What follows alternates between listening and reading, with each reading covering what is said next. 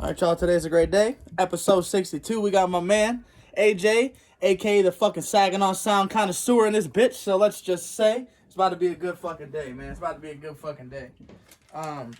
Without further ado, man, talk to people. How did it come about? Shit, I was in the studio with my boy Monty. Shout out YMK Monty. And I was the only one who didn't do anything with music. But I have a passion for music. I always have. So I started the page. I started doing free promos for a minute. And it grew a lot faster than I expected. I was expecting to hit about 500 followers at this time. Currently, I'm sitting at like 2.6K, I want to say. And I've done some pretty big shit. I've worked with artists. I've content featuring Snapdog, Hell yeah. HBK Boom, Crispy Life Kid, Fresh Rich. Like, I've worked with the most. Like, Go downstairs, you cocksucker. Bro.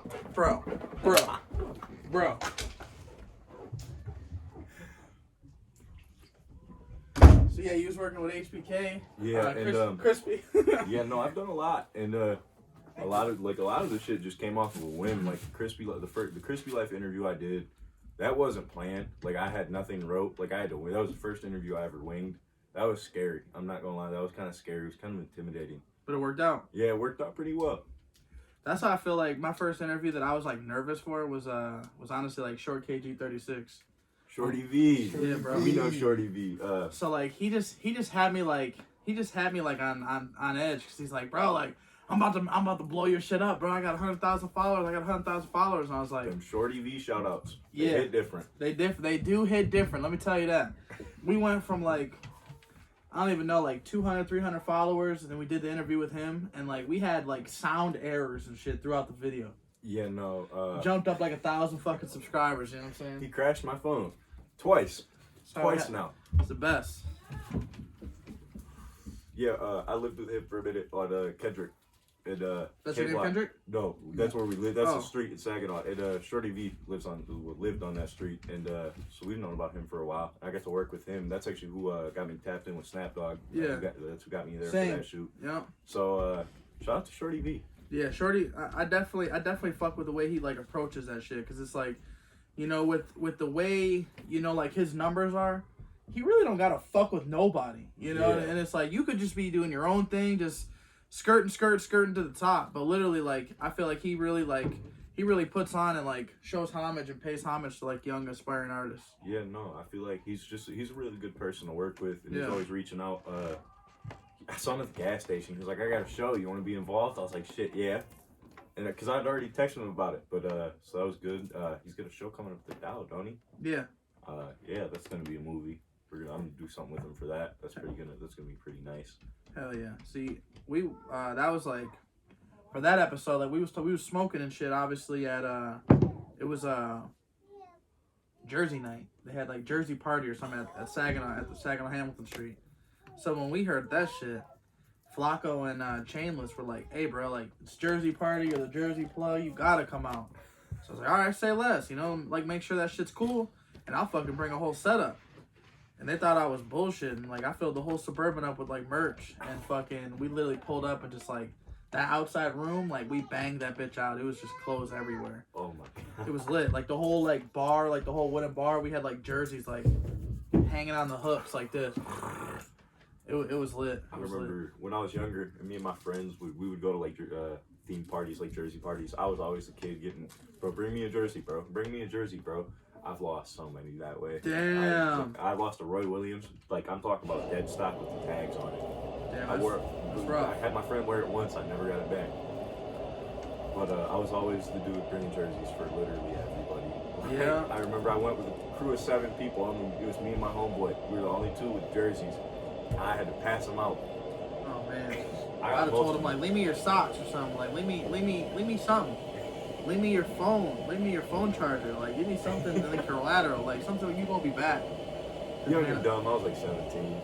But, shit, I appreciate what you do, because, like, I feel like I have a lot of similar interests. Like, I grew up playing sports. Yeah. And, like, collecting shit. Like, I have some crazy athlete stories. I met Marshawn Lynch when I was like 9. That's lit. I went to the Mar Woodley camps when I was a kid. I was the only white kid there, literally. Hey. And I remember this was when he was on the Bills, and we got beast mode. And Before he was beast mode. That's the year after he got traded to the Seahawks and became beast mode. He was teaching us, ironically enough, how to like go through the lane, how to get through tackles. Yeah. And I feel like sports taught me a lot growing up. Like that's discipline, and I feel like that's like a good base for just everything in life. Facts. Especially because I chose like I was an excellent bowler. Like that was my sport for a few You bowled, years. bro? Yeah. Oh my god, I got a funny story for you. Go ahead. I went to states actually multiple times. Money. This man was a money ass bowler. But you gonna laugh. You gonna laugh. Look at me my up ass. on M Live. They still got articles with my name in it. Oh But, shit, my man's a fucking. He's a paper article. He's ready. He's made the news. If you ain't new to this, you're true to this. You know what I'm saying? He's been doing this shit. And it stopped like bringing me happiness, so I quit. I started wrestling my sophomore year in high school because I got cut from the varsity team. And me being me as a freshman, I was super competitive, so I was like, yeah, fuck bowling, because I got cut. Hindsight, that was the best team they had like in school history. But I was too naive. I was like, fuck that. So fuck that shit. I got cut on the second. They brought me back for the second day, and I got cut. And I started wrestling just because I'd wrestled when I was younger, but I stopped all that shit. Wrestling sucks, bro. Like that shit sucks. Like I thought wrestling was like, oh shit, you go in there, wrestle some people, you know, like go out, maybe wait, maybe wrestle some more people, like some wrestling it's legal shit. Torture. No, it's legit. It's legit torture. Like I remember one time he was like, yeah, you're 2 pounds overweight. I said, fuck, that's cool, right? And he's like, no, you gotta run the whole way to the meet. I'm like, what the fuck you mean I gotta run the whole meet? We on the fucking bus, on the highway, and I'm doing like up, downs and shit. I'm gassed. Like I'm wearing a fucking like trash bag suit. And I'm just like, this is not what I expected. Like when I said I wanted to wrestle, like I'm thinking like I'm about to wear this leotard.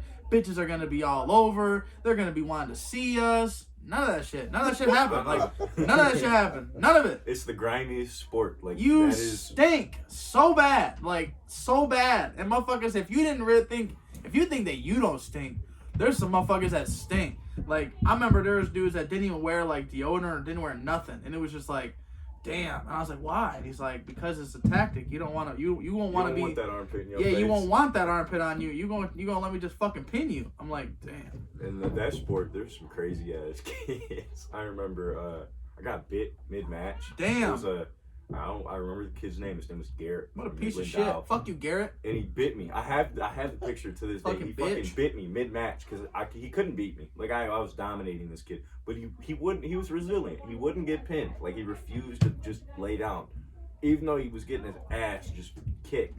So he started biting me when I threw a crossface. You're gonna go to jail, Garrett. You're gonna go to jail one day. I see it. And I feel like that's a sport that kids try and get away with just about everything they can. I've been punched in the face. We was talking about like football back in the day. Like we had a dirty ass class, like 2009. Like these motherfuckers just grab nuts and shit. I'm like, when I heard this, I was like, what?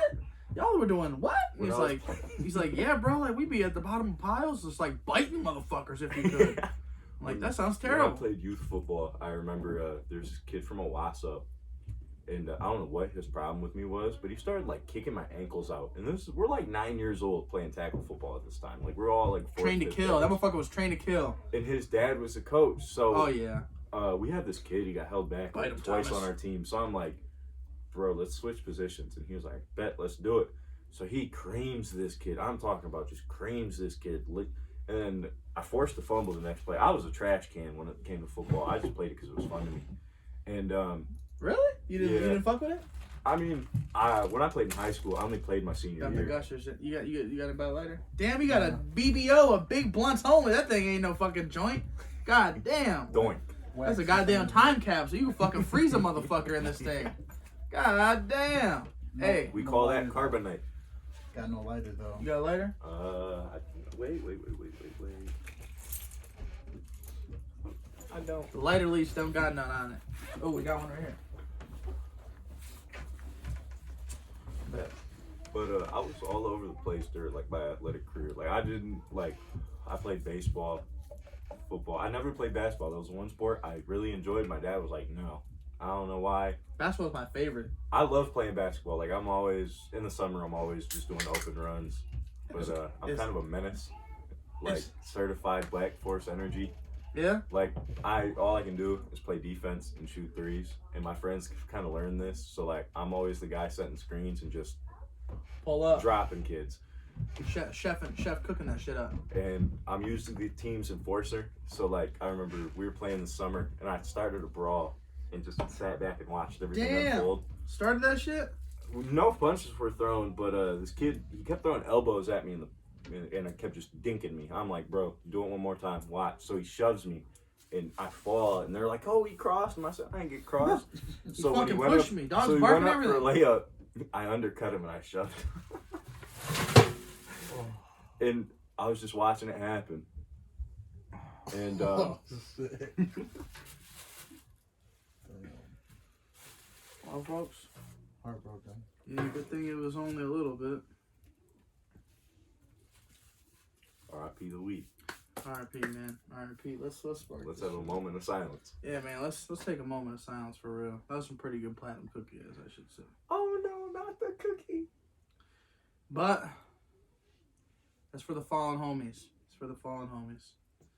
But back to the program, man. Let's talk about bowling. Like go ahead. My dad, he was pretty good. Like he was in leagues. He'd go to state tournaments. He would never really win anything, but he's got 3 perfect games under his belt. So like that was a sport Close? I had a 200. I think my top game was a 220 when I was That's like good. 12. I was like 12. But that's solid. I was a low average, so I was a sandbagger. Bro, if you were getting 200 in like, I'm telling you, growing up around here, you getting some coochie. Not with bowling. Those two do not go hand in hand. Shit, if you were somewhat like, I don't even know how to say it, but if you were like somewhat goofy, but like you could bowl, like I'm telling you, just being good at anything, you get some coochie. Be good at anything. You could be good at fucking writing notes, get some coochie. True fact. Be good at writing poems, get some coochie. Writing calligraphy. Damn right. But nah, fucking, I tried out for the bowling team. That's what I was gonna say. This little funny story. Fucking, so it's a 3-day tryout. You know, they had me go to Alert Lanes in Bay City. You know, I'm like, oh shit. You know, like, ain't Where'd no you go for school? Central. Okay. So I try out for the team. You know, I'm hyped. You know, they're like, hey, we need people on the team. Blah blah blah. I'm like, shit, I'm not that good. You know, like he's like, well, you know, as long as you can learn, no blah blah. I was like, all right, cool. You know, like another fucking thing on my varsity jacket. You know, like, hey, let's run it. I got bowling, football, lacrosse, bunch of shit. So I'm just trying at this point just stack the shit up, you know. So it just looks like this motherfucker did everything, you know. So I'm like, all right, go to first tryout. I did fucking terrible, and the lady was like, oh, you know, don't worry about it, you know, like there's 3 days of tryouts, you know, don't worry about it. And it's like the second half of the fucking event, and I was just terrible. And she goes, did you really want to make the team? And I'm like, I mean, I do want to make the team. She goes, cause you really aren't a good bowler. And it was like, I think I might have got like 130, like was like the highest. And she's like, I don't think that like you're gonna learn anything from us you don't already know. And I'm like, man, you know, like, am I getting cut from the bowling team like the first day? Like I got 3 days of tryouts. I'm getting cut the first day. That's how it was golf tryouts for me. I remember I just went out because I would never try out for golf. I wasn't gonna never try made it. out.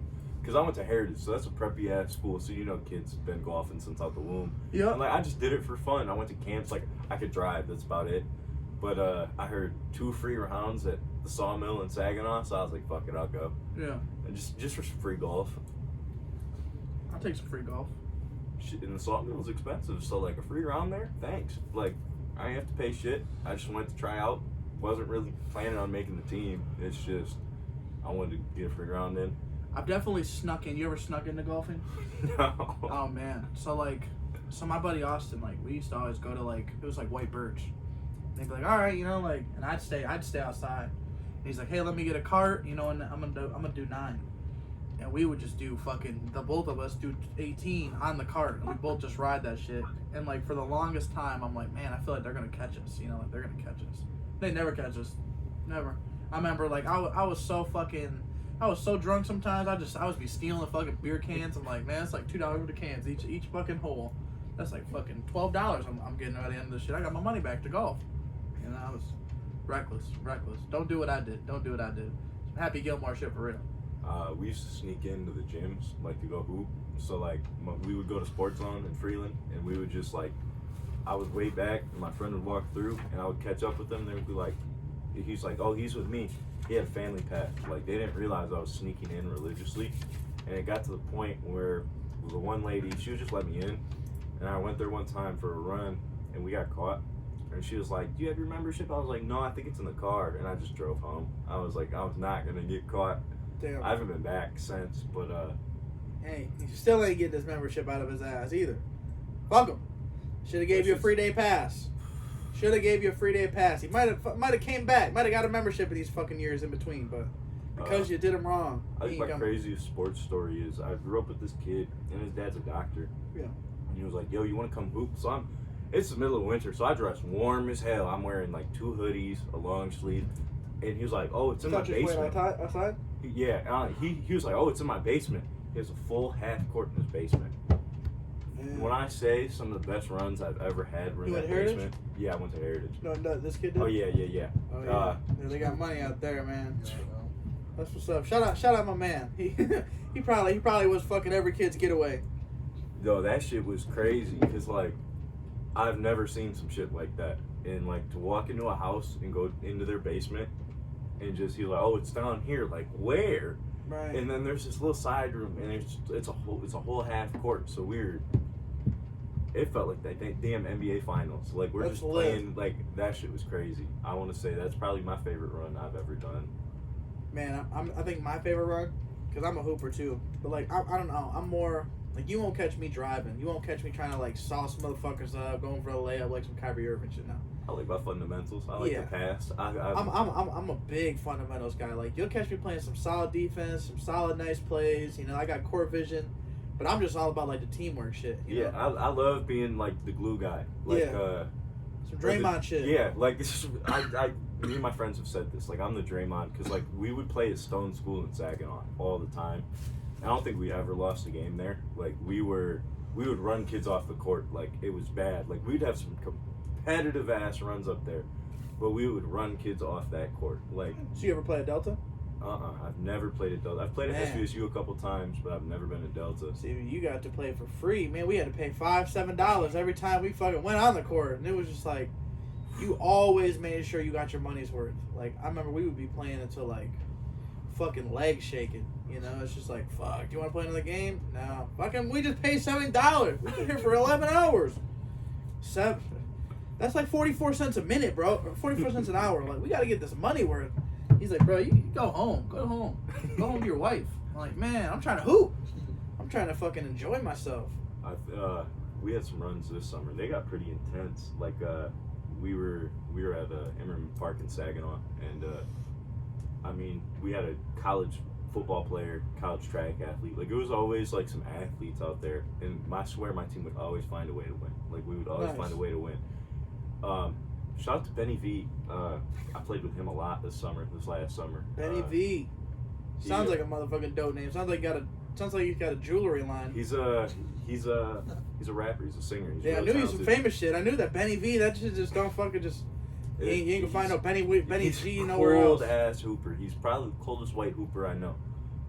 Don't let anybody hear me say that, but he's the coldest white hooper I know. He's got a strap on him. Like I'm talking about. I remember we were down like 6-0, and we did not miss a shot to close the game out. I started making a couple, he started making a couple, and it was game after that. You ever seen the videos of what's his name, the professor? The professor. I used to watch the N1. He'd be cooking motherfuckers up. He went to I seen this video where he went to a prison and was like balling them up, like the best fucking hoopers. Like, and he was just head top. Yeah. He was bouncing. Oh man, disrespectful. Yeah, disrespectful. Yeah. I'm like, man, like you could really get shanked out here. I feel like that's a different era because I remember like Fox Sports sometimes would air like the mixtape series, like the N1 when I was growing up. I forget it was one of the sports stations, but I would watch. What year were you born? I was born in 2000. Damn, you were younger. Yeah, I'm a youngin. Yeah, okay. But I swear, like sports have been like. At least you was able to. At least you was able to experience how fucked up 9/11 was. You know. If I was you didn't miss that. Yeah. So I feel like that impacted, like that got taught in school like every year after. Like it was always like a big thing. Man. Because my uncle served, so like I have greater respect for everyone who served. Hell yeah. Like, you served, didn't you? Yeah. My uncle, he was a ranger. Oh hell Ranger yeah. Airborne. So like. Well, fucking thank you for your fucking service, airborne all the way. Strike motherfucking hold. If you know what the fuck I'm talking about, you know what the fuck I'm talking about. Yeah, no, he was a real deal. That's what's up. Ranger Airborne is not. Yeah. That's some shit. Yeah, like when I tried out for Ranger Regiment, and like the qualification that like got me was like doing 5 miles with like all your gear on in 40 minutes. I was like, damn, an 8-minute mile, you coasted. Like I'd be doing like a 6:30 to 7:30 a mile with like nothing on, you know. So it was like you really like on some 50 badass to 100 shit. pounds of gear. Yeah, 85 usually. I think my fastest mile was like 650, and that was crazy. Like, I was too big to be running like that. Fuck my knees up. Yeah. Fuck my back up. But like, bro, I would puke every PT test. Just because, like, we would just run for 2 miles straight, and it was like, you literally had to, I mean, you didn't have to, but like, it behooved you to fucking, you know, run your best, just cause, like, so you'd look the best to, like, your peers and shit. You know, like, if you're a good runner, why would you run shitty? You know, like, you'd want to be in the front, so, like, they're like, hey, you know, you lead that bitch. You lead us off. I feel like that's how it is in any sort of conditioning in sports, the military. You always got to show out, because, I mean, that's a good look. Yeah, you show you bring your best. Because I remember I hadn't ran a mile in like 2 years, and this was senior year. It was transition between my junior and senior year. And they're like, 7-minute mile, or you got to run conditioning. I'm like, okay, Sheesh. I'm hooving it. Sheesh. And my homeboy, who I wrestled with, who was my childhood best friend, I lapped him. And he was way faster than me, but he became a tub senior year. So I was like, I'm just going to lap him. Did they have kids? Did they have any kids this senior year? No. No excuses. Lost his mom that year, so he just got he depressed. had an excuse. Yeah, he had an excuse, and I laughed. I'm like, come on, bro, hurry up. Like, we're trying to finish, and I'm not trying to watch you do this extra conditioning, bro, because I'm your ride home. And I literally did, like, an extra lap with him. I laughed him, and I was like, I'll be back. Damn. Got my shit done, and I was like, when I realized I did a 7-minute mile, I was like, what the fuck? Like, I'm too big to be doing this shit. I'm fresh out of wrestling season, so like it explains why I could do it, but like that was something I kept working on like heavily, because when I was younger I did a little bit of cross country. Like I was never on the team, but we had a running club growing up, so I was always in that. But I hate running. Like I hate running. I like the gym, I like lifting weights, but running is a bitch. Yeah, bro. That is the worst thing ever. I don't get how people just run for fun. Like I be seeing these motherfuckers out in the cold. And like, they don't love it. They just pretending. They faking the funk. They make it look like no they love way it because they got like that running. Like, they got that Nike hat on. They got the Nike gloves on. They got the Beat headphones. They got the thermal Nike combat fucking, like they got the spandex on. Like there's no way you're enjoying. Nobody enjoys running. Like you said, you know, like I was doing pole vaults. I was like, man, you know, like I want to do some crazy shit where like nobody's doing this shit. There was like maybe like 4 kids at our school that was doing it. You know, like we barely even had a team. It's like, oh shit, I'll try that shit. And it was kind of hard at first, and I was like, oh shit, I can kind of get this. You know, once I was able to get it, I was consistent, like 7 foot, 8 foot, 9 foot. You know, like, and like when you go to like meets and shit, they want you to do like higher. So it's like you're like, oh shit, like I can't do 10 feet. So like you'll do the bare minimum, and then it's like, all right, you're done, you're out. And then you got like the rest of the meets doing like 13, 14, 15, 16 fucking feet. You got kids hitting like 17, 18 yeah. at the elite level. Like, yep. So I always knew like I wasn't good at pole vaulting. I just kind of did it because I didn't want to fucking run. Yeah. You know? And I remember like we were doing this meet one time, and they're like, hey, would you run the 2 mile? We need extra people to run it. I'm like, 2 mile? That can't be too bad. Too damn long. That can't be too bad. Fuck no. I gassed myself out. I ran so fucking hard the first lap or two. I was walking by like the 4th or 5th lap. I'm like, oh god. You got kids running like 6-minute miles on both miles. It's insane. Crazy. I have the utmost respect for the cross country kids, but I could never do that shit. That shit's just ridiculous. The cross country shit is like you made for the military. Like that shit, you will excel tremendously. Tremendously. Because you're running over hills and downhill, uphill. Like, that shit's ridiculous. That shit's... Like, we always made fun of them growing up. Like, especially the football kids. Because we would see them running and we'd be like, we're running that too. That sucks. But, like, that shit... That's a sport I can never get behind. Like, because I did the club and they were like, oh, well, are you going to do cross country in middle school? I said, fuck no. What the fuck? Got me all sorts of fucked up. Great Bambino right here. Good eighth with a little .5 of wax. Oh shit. Man, we call this fucking Fridays volume fucking 7 because we basically getting fried. But yeah, without further ado, let me give you these roses. You know what I'm saying? Cause man, we gotta pay homage where homage is done. You know, like main reason why I really wanted you on this show is really just to pay homage for real. I appreciate that. You know, like I'm always someone who gets like, I get in my own head more than like anyone else can get in my head. So like, I put in the work, and I felt like when I started, I wasn't getting I was getting recognition here and there, and that shit would always like, because I've come to times where I just want to quit. Shit becomes tedious. I got a lot. Like last year was hell for me, like personally, and I don't know. It was always something bringing me back. Like, oh, bro, I got this shoot. You want to come? And I'd be like, fuck it. I was about to quit, but let's do it. Like, and that shit will always bring me back. Like, it's always finding a way to rope me back in, because I really do get a passion for my community. Yeah. Because, like, I've lived all over in Saginaw. Like, I want to say from, like, the ages 17 to 20, I was, like, sleeping on couches. Like, I was on his couch for, like, 6 months. And we were going through the most. Like, girl troubles, family troubles. Like, I lost both of my grandmas within 3 years.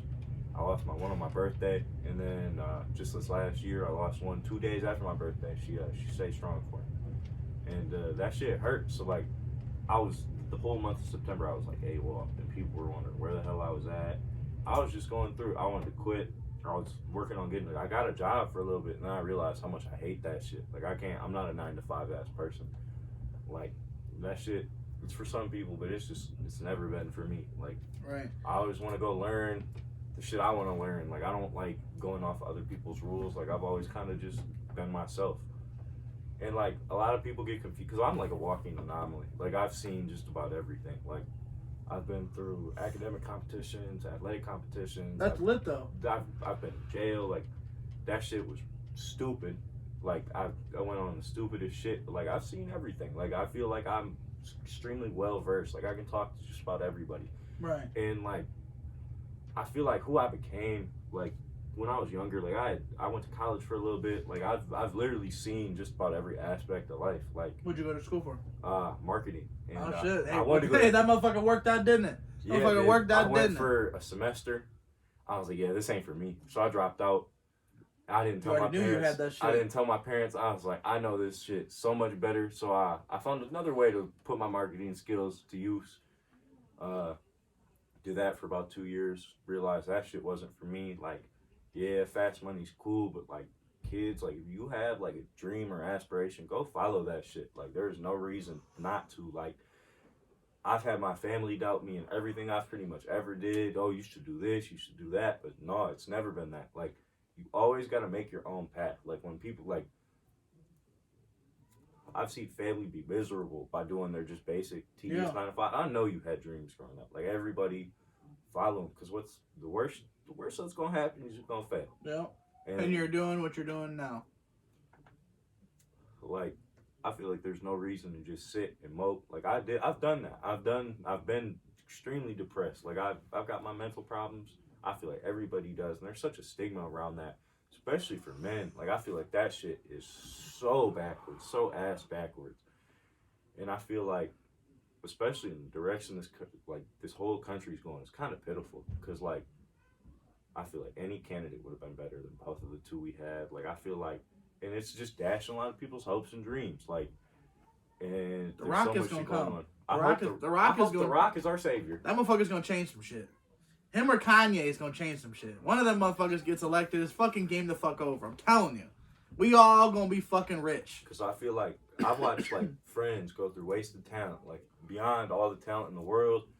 And that shit gets to me, because like I'm always the friend trying to come in and be like, bro, you can do this, this, and this. Like, bro, you got talent. Like, my friends who I play just video games with, bro, why don't you stream? Why don't you do this? Why don't you do that? Why don't you make YouTube videos? Like, I'm always trying to help people find something to enjoy rather than like a tedious ass 9 to 5. Like, I got friends who could be in the Olympics right now and they're working 9 to 5 jobs. I'm like, bro, what are you doing?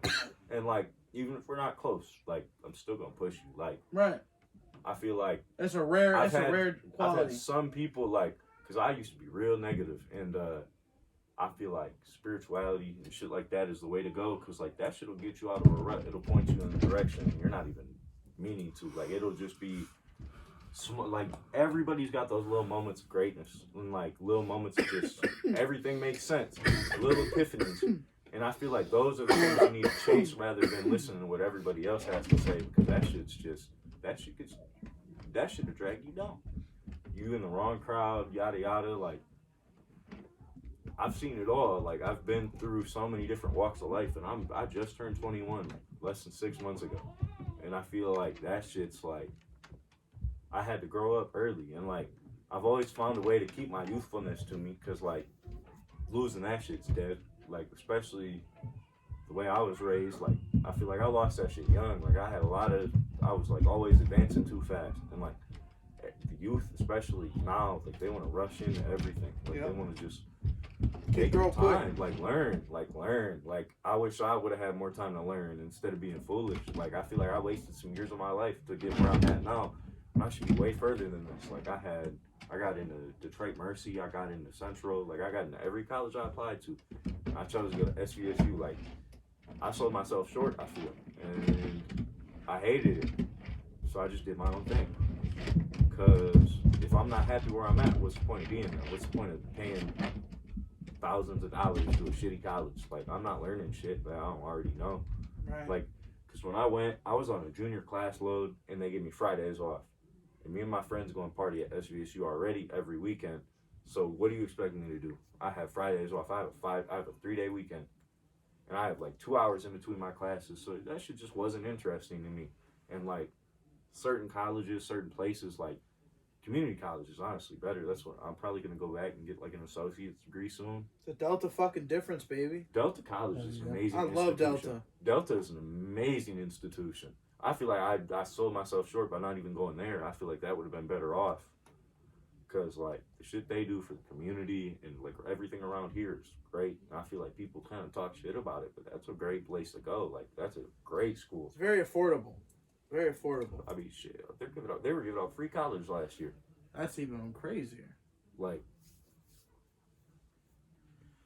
yeah, I'm definitely a big Delta believer. But, man, like, let's take a minute and just appreciate this shit. Man was preaching. AJ Cole in the motherfucking building. Saginaw Sound. Hey, talk your motherfucking shit, man. For real. Like, it's a beautiful thing to, like, see someone so educated. Yeah, you're not young, you know, but you're definitely old. Yeah, you know what I'm saying? You have so much life to live. But like you said, you've lived definitely like a very crazy full life.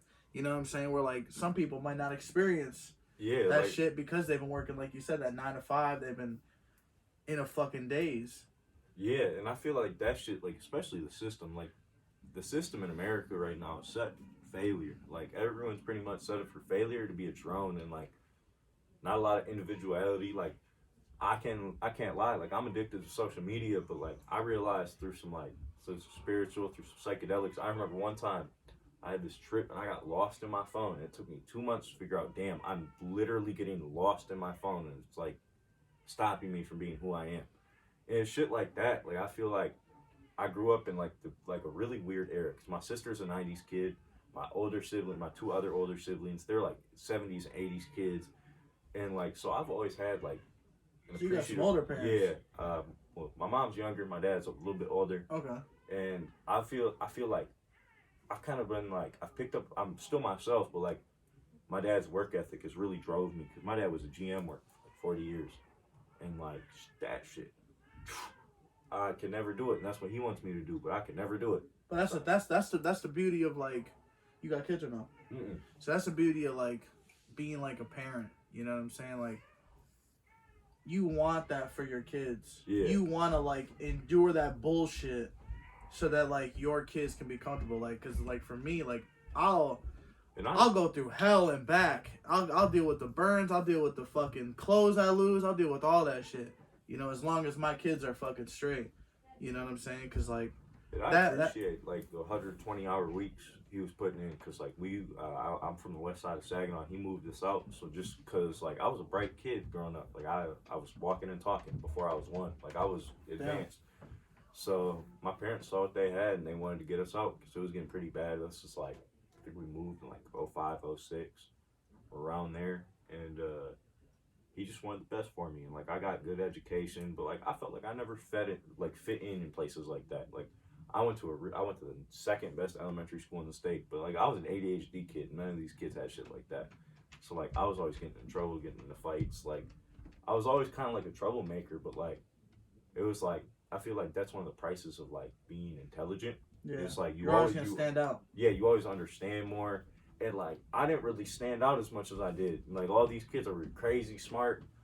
Parents are doctors and shit, like lawyers, financial advisors, and I'm here like come from a hardworking family. I felt like I didn't fit in. Like my whole childhood, I was always getting in trouble. Like I hear stories about myself to this day, and it's just like that was me. Like some of the shit I don't even remember doing. Like I remember I was told by like multiple kids now. I think like 3 offhand I could name, and they're like, "Do you remember when you threw a chair at the teacher?" I'm like, "I did that." Like, damn. Sometimes I just hear because like I'm good. I was one of those kids who would just finish their work and then just start causing havoc. Like I was always like the first kid to get their shit done, and then I would just fuck shit up. Cause that was fun to me. Like shit, Right. I ain't getting the attention I want, so like fuck it, I'm gonna do some crazy bullshit today. And that shit stuck with me through like high school. Like I was always getting into fights and shit. Shout out to my boy Anthony. We became friends through a goddamn fight. Like Nice. I feel like shit like that. Like sometimes those troubled kids, you can't give up on them because sometimes those are your brightest kids. Like yeah, facts. They would never expel me because my test scores were so damn high. But I was always getting into trouble. Like they would talk to my mom and they would talk to me like, we're supposed to kick you out, but we really can't. Like you put us in a tough situation. And I just feel like a lot of the shit, because I went to a very diverse school. So like, I feel like that just kind of prepped me for the real world. Like it was a real dog eat dog world. Like, so you got kids from all sorts of, every race you could imagine, every ethnicity, like everything. Like, and I grew up going to such diverse schools. I feel like that just prepared me for life. Like just to go out and meet people, and like it's weird because what I do now is like completely opposite how I was growing up. Like I was real reserved. I wouldn't talk a lot unless I was just like making a fool out of myself in school. Right. And I feel like now I've just kind of like I came up my shell. Like I've learned a lot, built some social skills, and I've become me. You use that marketing, you know, like I think that's what's like it's so important, like you said, you know, like to build like, because I feel you, you know, like we talk about it all the time, like with the lack of support, you know, like you get in your hometown. It's until like you start making some noise, people want to, you know, to tap in. And it's like, man, if you would have just jumped on the wave, helped me get my 1,000 subscribers, or helped me get my, you know, whatever the case was, I can help y'all. We can all help each other. You know what I'm saying? Like we can all get that shit. Like, and you know? I feel like I've evolved. I watched other people who were living similar lifestyles to me evolve. Like I know he's a friend of the program. Shout out to Junior. Oh yeah, Junior from the I've fam. known Junior for a minute. I think 1-2 years now, and like I remember he was showing me some of his first music. I was like, bro, you need to just drop shit. And now he's dropping a song like every damn day. That's a hard worker right there, and I appreciate that. On like, his shit. Shout out to Junior. Shout out to the whole From the Fan movement. We got Junior's gonna be getting some visuals in there for the event, man. Hell yeah. We're gonna talk about that shit. We're gonna talk about let's get on some topics. What got you into Saginaw Sound? You know what I'm saying? Like, what was there a specific thing that kind of just like was like, man, I'm on this shit. You know? My friend wanted to be like his manager. Oh damn, my shit just fell in. He wanted to be like his manager, A&R, and I was like, cause he knew I had like somewhat of a marketing background. He knew I had like a sales background. And I was like, shit, I'll try my hand at it. And that fell through after a while. He signed to some label, yada yada. So he didn't have the need for me anymore. And I was like, shit, I like music. I've always had a passion for it. I want to do something with it. But I'm not musically talented. So like, I just started a promo page for free. And I was posting people's music for free. And then I think like a month into it, I hit like 100 followers. I was like, okay, maybe I could actually turn this into something. So once I hit 500, I started charging. and I've kind of just built it into a brand. Like I'm trying to get my LLC this year. I'm trying to like legitimize it, like for real this time. Let me know if you need any contacts. I'll send them your way. Okay, because I need somebody to help me with that. Yeah. I know a little bit about it, but I don't want to get, because like I watched a lot of interviews, like highly successful people, like podcasts, like just clips. Like I watch a lot of shit like that. 'Cause, like I like to learn. Like I like to pick up information. Right. I know so much random information. I was like, why not apply that? Apply that, yeah. Like I can pick up information. Like I can name so much shit about sports, music. Yeah. I could tell you what samples are similar. And then shout out to Jake McKay, Mac 11 from the indie spot. He reached out, and like we have a similar background. He wrestled at Heritage. I didn't, like, not the same time as me, but I went up there and I realized, wow, I could actually do this shit. And I interned at the indie for a little bit, and then I freelanced for a little bit, and now I'm doing some other shit right now, building some shit, and I've just been trying to get involved, like, with everything I possibly can, because, I mean, I've produced a couple songs now. I made beats for a little bit, shot a bunch of behind the scenes videos. We shot a live music video the other day. Shout out to Andrew Thompson and his band.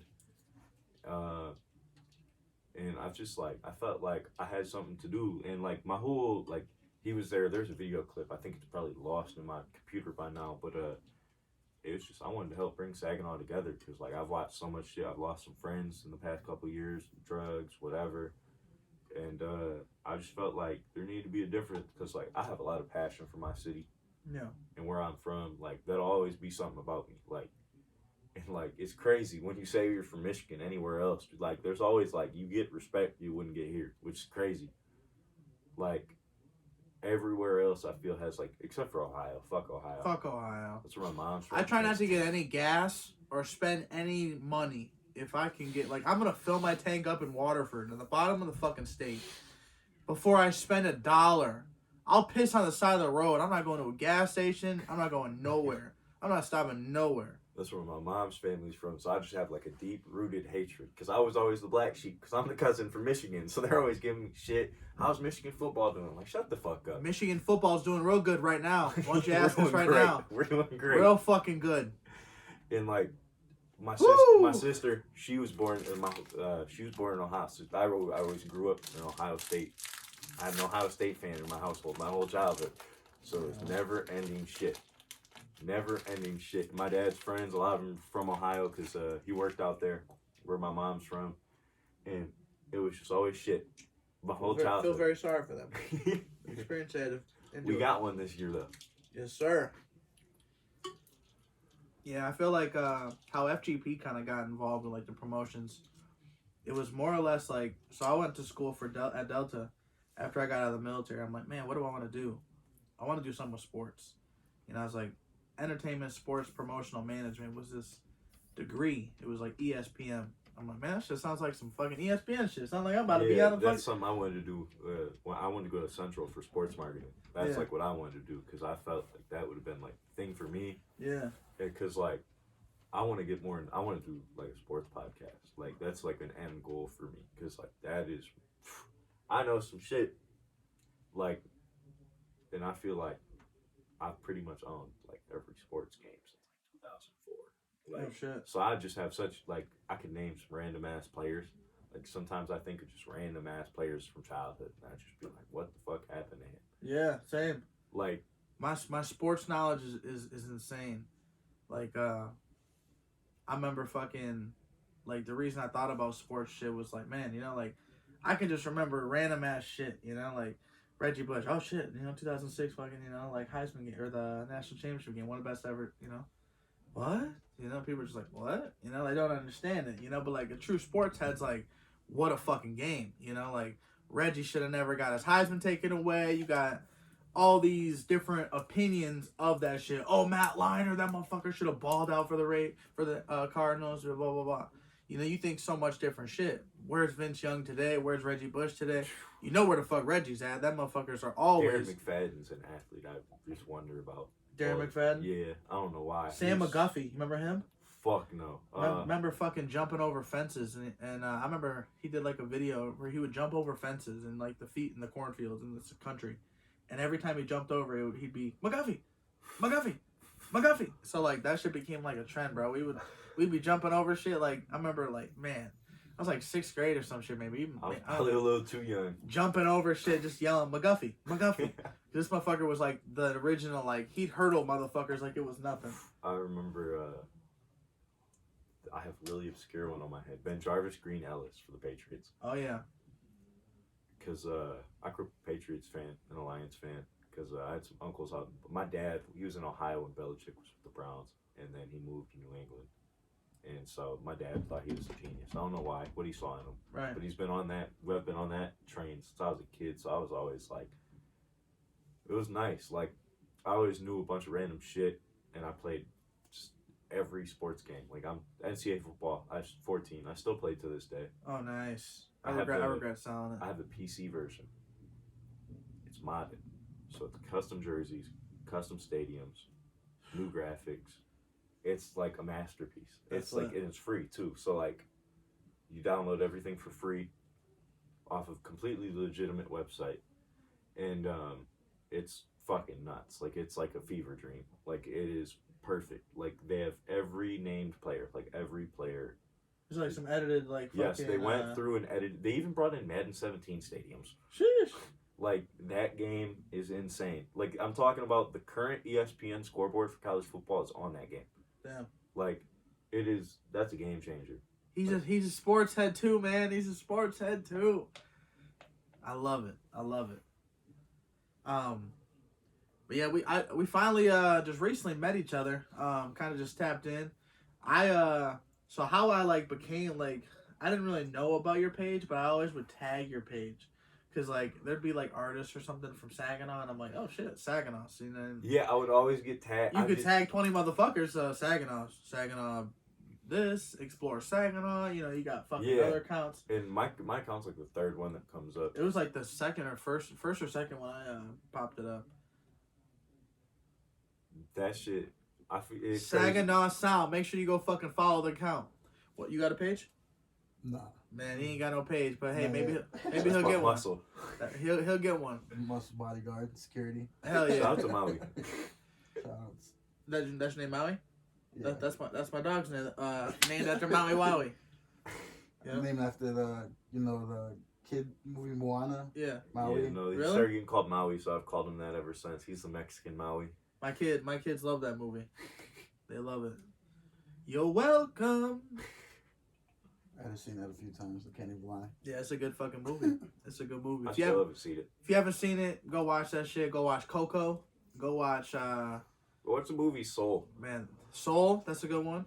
Encanto's a good movie too. Encanto. That's a good one. There's also another one that's like they turn into like little sea monsters and shit. What the fuck? Luca. Luca. It's fire. Fire. Disney's been on a roll. They've been on a lately. roll. They have. I will say that. I fell off with the movies, but then I got told to go watch Coco, and I was like blown away. Fire. That movie is so good. Fire. Yeah, that made me even more happy to be Mexican, you know what I'm saying? That it made you really enjoy your roots. Hip hop news, Pete Davidson still feuding with Kanye West. Skeet. Kodak Black was almost shot. He was shot. He was shot. He was hit. But I think he's fine. He's in stable condition. He's recovering. He's doing just fine. I know they said he was shot. There was rumors that he wasn't shot. And, I saw the video. He got hit in the arm. There was like 4 people that were shot. Yep.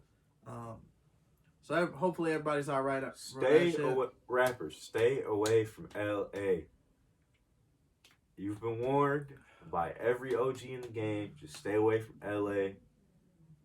And if you do go to L.A., just stay safe, because that place can either kill you or build your dream to levels you can't imagine. Just make sure you got some muscle with you. Some security, something. Have a Maui with you. You know what I'm saying? Make sure.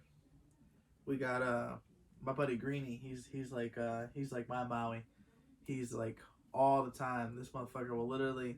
He'll be on 10 though at all times. You know, he's got his pistol on his lap, just waiting for a motherfucker. Just wish a motherfucker would. And it's like, man, you know, chill, bro. Like, and he's like, no, we're good. I'm like, man, you giving me anxiety. Like that shit about to slip off your fucking lap. You know, like, grab your shit. You know, but hey, muscle. You get the muscle however you get the muscle. You know what I'm saying? I want to shout out a local group in Detroit that's doing a guns down, gloves up. It's how I first found out about that whole campaign was my man 508 Throwbacks. He's currently doing he's got that that whole mindset going on. He's done a few videos on his YouTube, so go check him out, Nathan Dubay. He's got a couple pages, Dubay Wellness, Nathan Dubay, and then 508 Throwbacks. Go give him a follow. But yeah, he's doing a lot of good shit.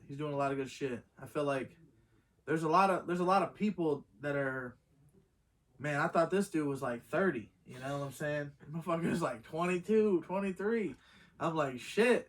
I said, man, you guys are inspiring me to fucking stay young. You know what I'm saying? Like, I'm 28, but I feel fucking, you know what I'm saying? I feel 24. You know, my body feels about 60, but, you know what I'm saying? I feel pretty good. You know, like your uncle, right? That's who was a ranger? Yeah. Yeah, man. That knees. That paratrooper life is real. If you don't know, now you know. Fucking jumping out of a plane, 1,500 feet, knees, feet, ass. That's how you landed. Knees, feet, ass, head. One of them combinations. Hopefully you don't land in a tree like myself. That's just no joke. No fucking joke. Having to fucking have motherfuckers climb like up to get me. Boat. Yeah, I thought I was gonna die. I fucking like pissed myself a little bit. It was nuts. I have that shit on my Instagram somewhere. Army Bravo 91. Go check that thing out. You know what I'm saying? Why do you feel Saginaw and surrounding cities aren't blowing up how they should? I feel like it's a lack of unity. I feel like watch how they did it in Flint. They all supported each other, came up together. I mean, obviously there's still issues out there, but like they all came together and they all pushed each other, and then they all blew up together. And I feel like we just all need to come together. There's a lot of problems between people, like, and I can't even, like, I've had problems with people around Saginaw, not even in the music game. I just like that shit's pointless. Like, you're all trying to succeed at the end of the day, so like stop holding each other back. I feel like everybody needs to be all more open, and everybody needs to support everybody for shit to actually come along. Because I feel like the only enemy in the 989 is the 989 itself. Like, I feel like Bay City hates Saginaw, Saginaw hates Midland, Saginaw hates Bay City, Midland hates both. Like, and it's That's just crazy. Like, we're all from the same damn area. Right. Well, that shit goes all the way to Harrison. It goes to the 989. That's what's crazy. The zip code is 999 in Harrison, Michigan. Mount Pleasant, like all that you shit. believe that shit? Like, and I feel like we all just need to unify, big. all come together, because we have a lot of people in these little areas. There's probably 200,000 people in the Tri-Cities. And like, facts. The fact that we're not all supporting each other and we're more focused on the drama that's on Facebook, and it's a lot of distractions, but I feel like once we cut that out and focus on the positives, because there are a lot of positives, they just don't get spoke about as much as the negatives. So I feel like once we balance that out, and that's human nature, so like that's a tough thing to manage. Like, to get somebody to act like how they wasn't raised, or how they weren't raised, or whatever. And that shit has been holding us back for years. I feel like there's so much talent that just fizzles out. And I feel like the few people that do make it don't give back enough. Facts. Like, Facts. You made it out of such a tough area. Go make a difference. Like, seriously, go make a difference. There's no reason to me why, like, a player like Odell Beckham, you know, will wear a $200,000 cleat. But you can't get that back. But the city of Flint is still dealing with lead in their pipes. You know I feel like it don't cost no more than a. And the people who are coming up out of Flint, they're doing the most. Like Miles Bridges, all the rappers out of there are doing toy drives, food drives, water drives. Yeah. And they're getting ragged on for being where they're from. Like, Flint is a joke to people who aren't from the area. And I feel like that's fucked up. Like, that's serious in a major way. Like, I remember when the water crisis started, I was still in school, so we were going to Flint multiple times a year for sports. We couldn't even use the water fountains. Like, that shit's nuts. Like, we went to Carmen Ainsworth and all their water fountains were shut down. That's a serious issue. Like, you have kids who are having to bring in water bottles every day, and the water's getting bought out. And, like, I feel like that shouldn't still be an issue. Yeah, it definitely shouldn't. I understand, like, that's a tough fix, like, but they neglected it to where it became a tough fix, like, and, I mean, in the water shit, that's not even an issue in just Flint. Like, I know Saginaw's lead levels are high. Essexville, it's happening. It's coming to Bay City. It's all over. Yeah, it's happening everywhere. You know, I think to a certain point, you know, like, there needs to be an upgrade to these pipes all around. You know what I'm saying? If it ain't now, it's next year. You know what I'm saying? It's a huge infrastructure thing, and you're going to keep losing people to go to these Californias, Texases, Floridas. Yes. Like, it's crazy to think. I think that, I think all the time, you know, like, how much of a difference, you know, like, we can make somewhere else. And it's like, no, you know, like, you wanna first make that impact in the home, in your area, in your community. But it's like, sometimes, like you said, you know, like, you feel like all that work you do, all the shit you're trying to do goes unnoticed. Like, that's why we're planning this Tri-City Vintage Fest. Is, man, a big reason is just fucking, I feel like there's a lack of, like, bazaars or, like, craft shows, or there's just a lack of shit to do. Yeah, that's why people are getting in trouble, doing just the most. Like, and I understand. Like, I get it. You got to get it how you live, but, like, we aren't really given much shit. Like, I don't know. They're too focused on shit that we don't even need. Shit we already got. Bringing new shit we already have. Like, if we had more variety of restaurants, more shit to do, more shit for the youth. Like, what's the point of closing any of these youth centers? Sell them to somebody. Somebody right. has the money to fix it. And, like, Facts. I feel like that's where it starts, is our youth. And, like, I had a lot more shit to do than my little brother does, but, like, he still finds his ways to keep busy and stay out of trouble. And I'm glad he does, because, like, I don't want my brother to make the same mistakes I did.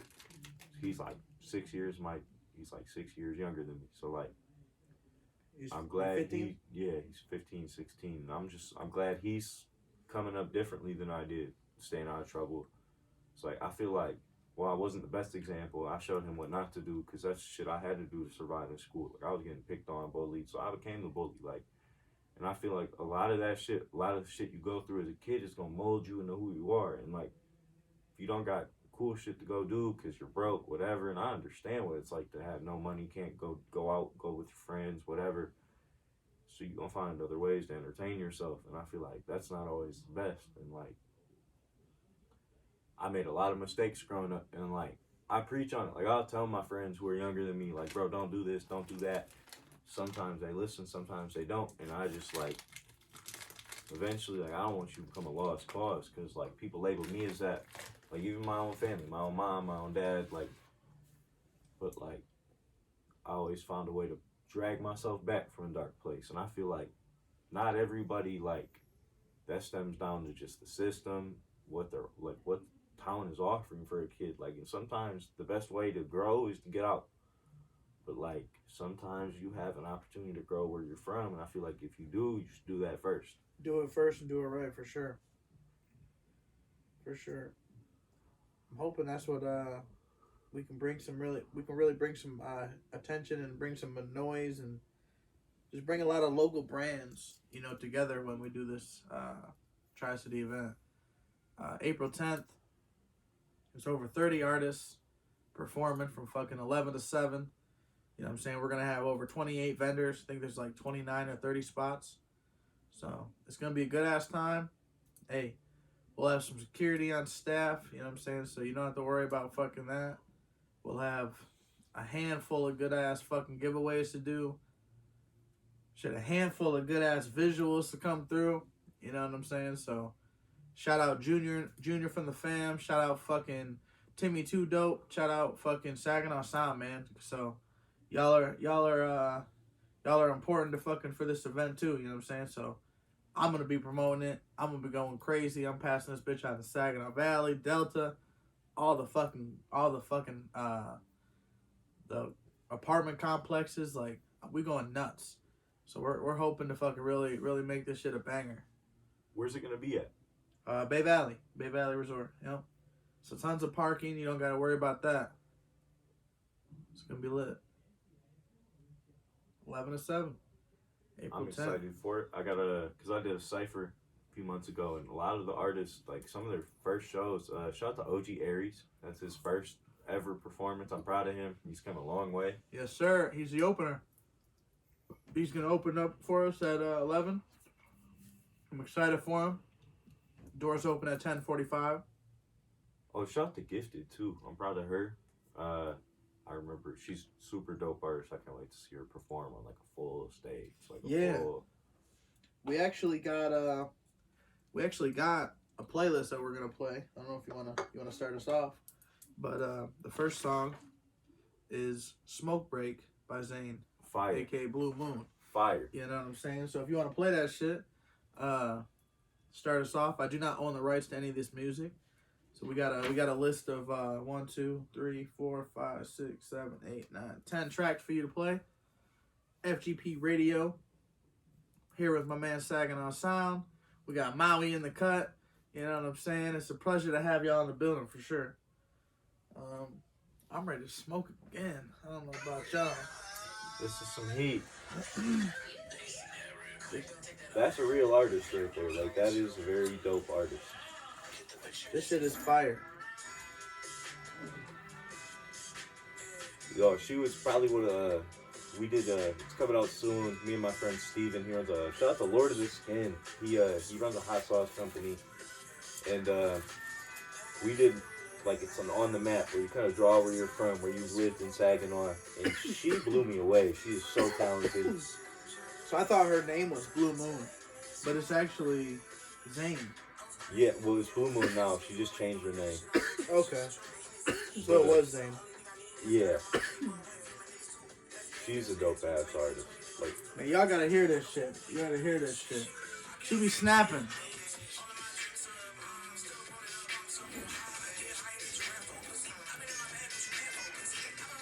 she's just got a good energy about her. I feel like that's an artist. We got some more shit coming. That is a dope artist. Like, super talented. Yeah, when I heard that dedicated track, I was like, oh shit, I'm excited to have you in this bitch. Yeah, You know? she's gonna kill it.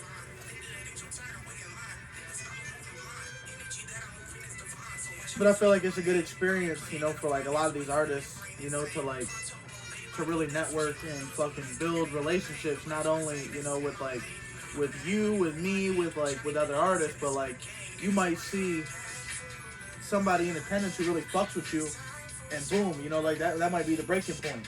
You know what I'm saying? It's like, it all depends on, like, it's not, my dad told me this when I was a kid, it's not what you know, it's who you know. And I was like, a lot of people get that ass backwards. Like, you can know everything in the world, but you can't apply it because you're not in the right place, or just anything like that. And I feel like a lot of people get lost with their talent. Like, that's very true. It's very fucking true. But I think a lot of it comes to a lack of mentors, a lack of, like, it's a generational disconnect. And I feel like we, like, especially the people in my generation, we found a way to simplify shit to the point where getting to this shit is easy if you know what to do. Right. Yeah. It's definitely easy to, definitely easier with, like, who you know. You know, like, so I will say that, like, when I came back, you know, when I came back home after the military, this track, like I said, is Smoke Break. Blue Moon, BLUMOON. She's going to be performing at Tri-City Vintage. You already know we're going to do the fucking artist spotlight, the vendor spotlight, and the fucking sponsor spotlight. So a lot of fucking love is going to be shown coming up to this event. You know what I'm saying? Like, I appreciate everybody who's fucking trying to be a vendor, who's trying to fucking, you know, volunteer their time to be an artist, the DJ that we have in place, all the way down to the security, all the way down to the visuals, all the way down to fucking the motherfuckers that are sharing this bitch and liking it and fucking, you know, gassing this bitch up. Because I'm telling you, Tri-City Vintage Fest, this is volume 1, but this shit ain't gonna be the fucking last time. We gonna make this shit a fucking religious shit, I'm telling you. I feel like what you're doing with that event is, like, you're not just focusing on the music, you're not just focusing on, like, the whole vintage side of it, clothing side of it. You're, like, broad spectrum, so you're bringing a lot of people together. I feel like that bitch can have a nice turnout. Yeah. And this has like when you walk right in, it's gonna be an alley. So like you're gonna have vendors. You're gonna have a little hallway to walk and see vendors on both sides, or you can literally walk down the main hallway where the stage is gonna be in the back. It's gonna be fucking vendors on each side. So it'll be like 3 big hallways so that you can walk through and check some shit out. I got some people coming from Grand Rapids, from Wisconsin. You know what I'm saying? We got some people traveling, so it's gonna be lit. So I feel like it's only right that I go as hard as I possibly can with this shit. That's why for me it's like get this flyer done, get this contract signed, and start pushing that shit all over every single store. Can I tape this shit on the window? You know what I'm saying? Can I speak to a manager? Let me put this bitch on the window. We're doing an event. Feel free to come through. It's a free event, you know? Really gas this bitch up. And like free entry for an event like that is rare, so you best get in where you fit in and pull up. We talked about that shit, me and Hayes. We actually, you know, because I was like, man, you know, like, we're going to be doing a lot of shit. How are we going to, like, come up with the shit? He's like, we can just charge vendors. You know, it's like $1,000 for the fucking event, for the venue. And then you got the DJ, and then you got, you know, like, your costs and shit here and there.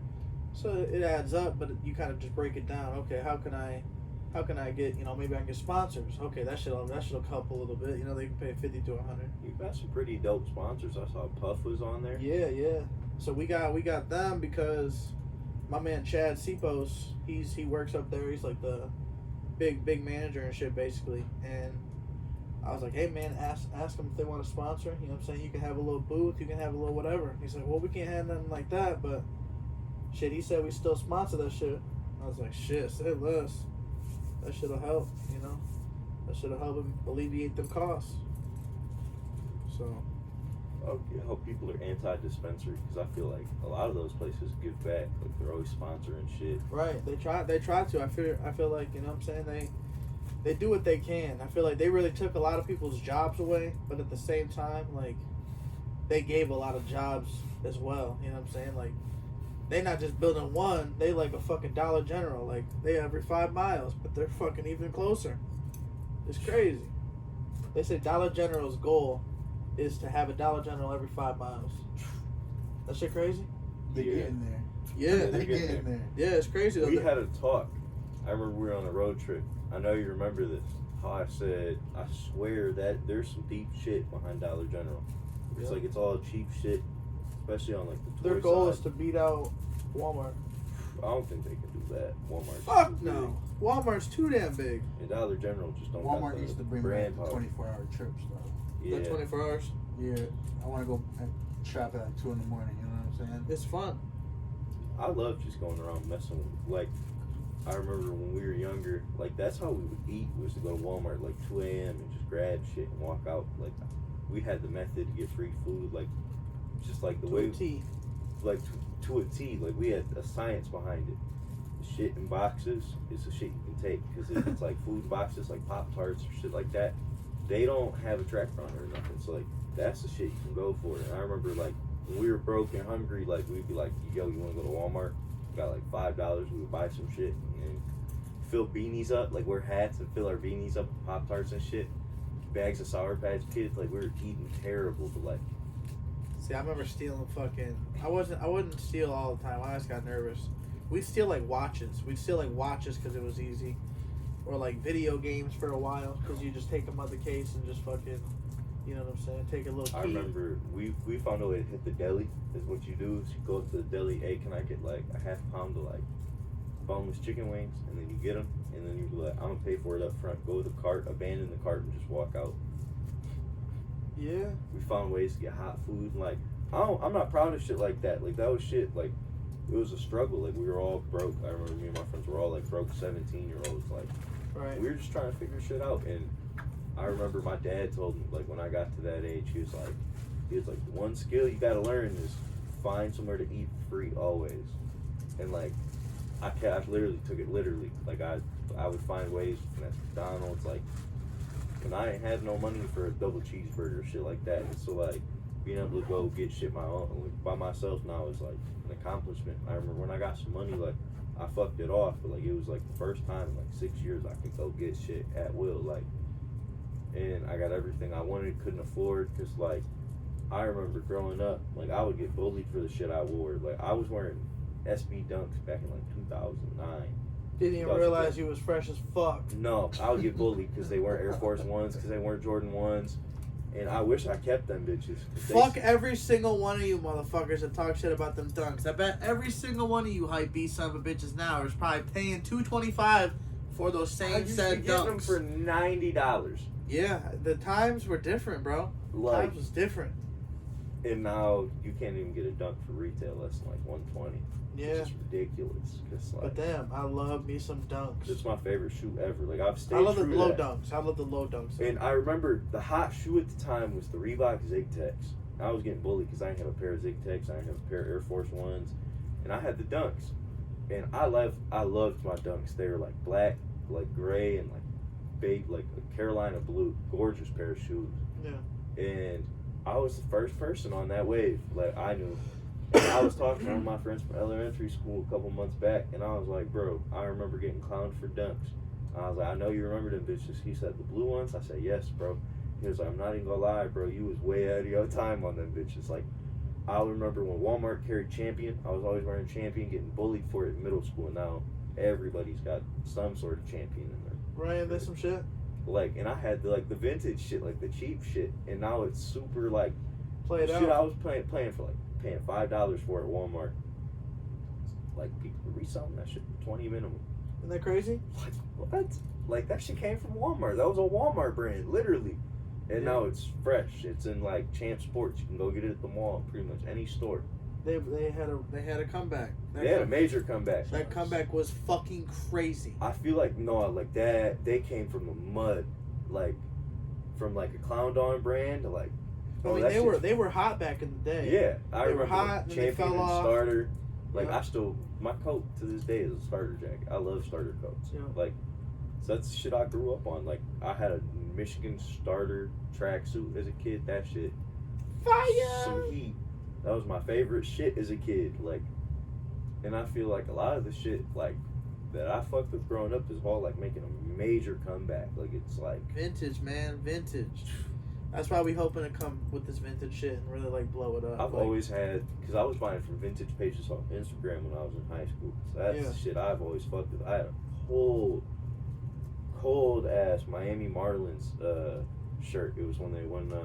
It was when they were the Florida Marlins and they won the World Series. 97? Yeah, I want to say it was the one Miguel won. Yeah, 97. I got that shirt with all the players on it. It was a Nike joint. Oh, okay. That's a starter. And I had that, and I remember I traded that for some shit, for some vintage Champion. And I was always hitting like vintage stores on Instagram, so I've always had a love for that shit. Like, I love old clothes. Like, I have some crazy Detroit shit, like from like the 80s, some from the 90s, like some from like 2004. Like, I love shit like that, because like the quality is insane. Like, I feel like the materials, them bitches are built to last. Like, right.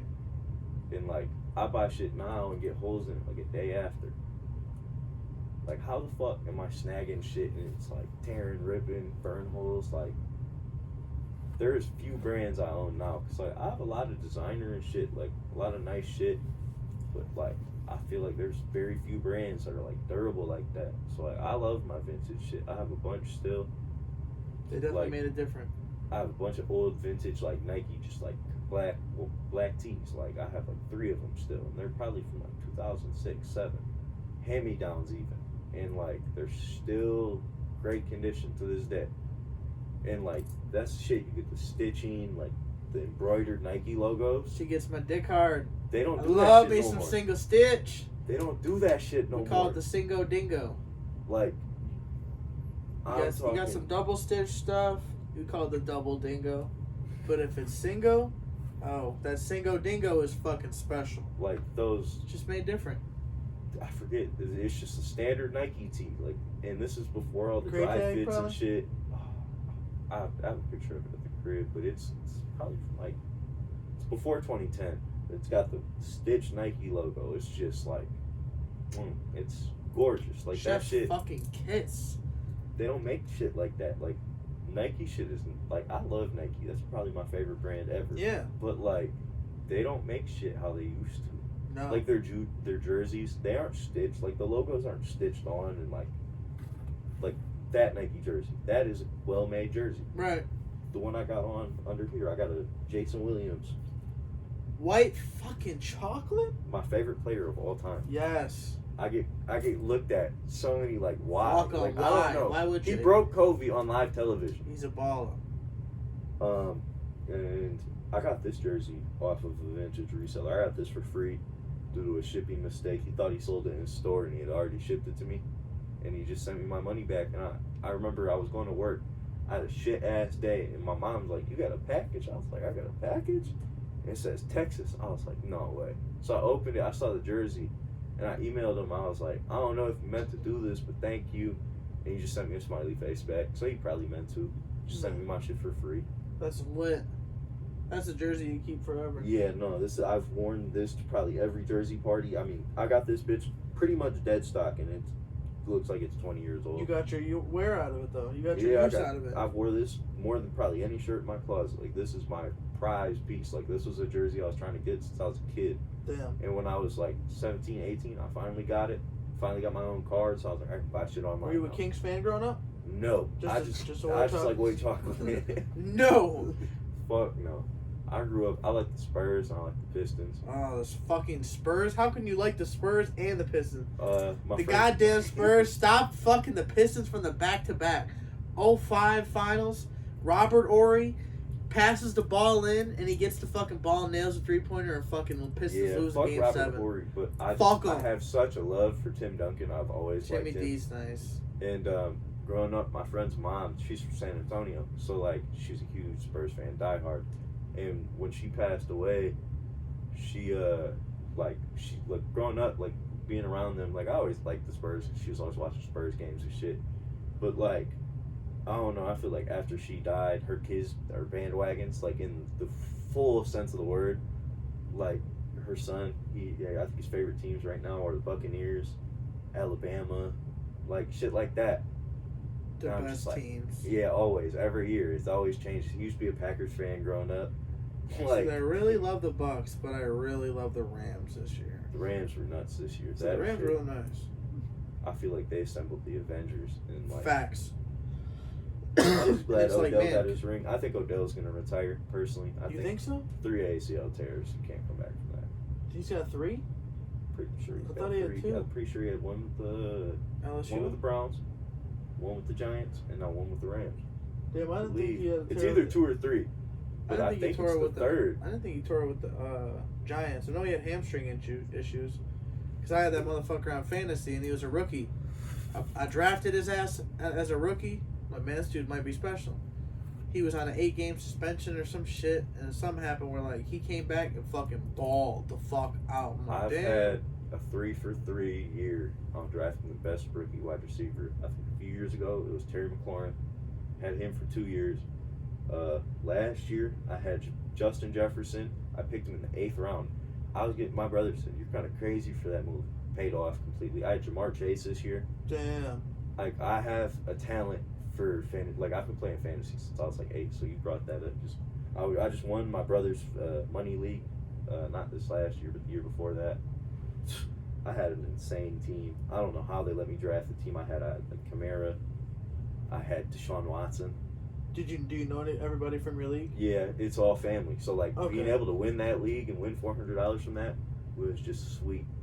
It was sweet as hell. Especially how many players do you have? 12. It's 12-man PPR. So like, yeah, PPR is definitely needed. Serious. That shit's serious. Like, once I stopped playing standard scoring and moved to PPR, it's bad. Like, that's when it becomes an addiction.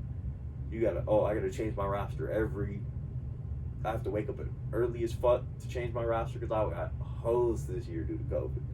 Like, I'm talking about, I lost games because I had my lineup set the night before, and then 3 players out, COVID rules, night before. I'm like, God damn it. Damn. Like, that shit was a killer this year. Picking up their backups quick. I did not do too well this year. I ran a money league this year. I was runner up. I got drafted in a nasty team, and then we had some people not pay, so I was like halfway through the season. I said we're gonna do a redraft because I play on Yahoo, so I can literally remove all the players from their team. Yeah. So I was like, yeah, they ain't paying me, fuck them, kick them out the league. They got some good players on that roster. Jonathan Taylor was He wasting said it's away. a free for all. And so I went to my group chat. I was like, we're going to do a redraft because these dudes ain't pay. We're having fun. There are some great players on those rosters. I want some of them. There's like Austin Eckler, Jonathan Taylor were sitting on teams that were like 1-11. Right. So I'm like, okay, yeah, we're going to, I think they were like 1-6 at the time. So like week 8, we redrafted. And that was a game changer. I'm talking about everybody was putting up 200 points. Damn. But, no, the roster I had, and I won with, I had the greatest running back committee ever. I had Kamara, Hunt, Chubb, and Melvin Gordon. The fact that I got Alvin Kamara and Nick Chubb on the same team is ridiculous. And then that shit led me to the promised land. There's a dude who I think he's lost like a total of 10 games in the 4 years we've ran this league. And he's always been talking shit to me since I was like 17 in this league. So I'm like, I'm getting my get back this year. And he was always sending me bullshit trades, trying to like just finesse me out of players and shit. And so I was pissed. And I smoked this dude in the fucking Super Bowl. I'm talking about Alvin Kamara put a 58 on his dome piece. Jesus. Game over. I was like, it's game. Like, it's game. So I beat him. Like, I'm talking about I beat him by 90 in the Super Bowl. And he was the highest scoring team. I think he was 11-2. Like, he was like 10-2. And I was the only person to beat him in the regular season. It was me and my uncle, and I beat my uncle first round of playoffs. Then my dad and my brother played. And, I played my brother. And me, my brother, and my dad had an agreement. We each get 20%. So, like, it's 3 out of 4 of us are in semis. So, my fucking brother's like, he texted me and my dad. And my dad's like, go check your phone. Your brother texted us. So, no matter who won, we were each going to get, like, our money back. Right. And I was like, I'm winning this bitch. I told my brother that. He's like, you sure? He was like, he's got the best team in the league. I said, no, I'm winning this bitch. And I put like 190 on him. And he only had like 111. And then I know this he was year, weak. I know he's sick. his draft strategy. So I'm going to rebuild the squad. His first pick, Justin Jefferson. I said, okay, he's up to some funky shit. Second pick, Terry McLaurin. I said, nope, he's on some funky shit. And he picks right before me. He picked my whole starting core. Oh, damn. Even had Deshaun Watson before he got suspended. And so he had my whole core. And I forgot to change my lineup, and I blew him out by 50 with a bullshit-ass team because of injuries this year. I said, because he beat me when I was in the hospital, so I couldn't adjust my team.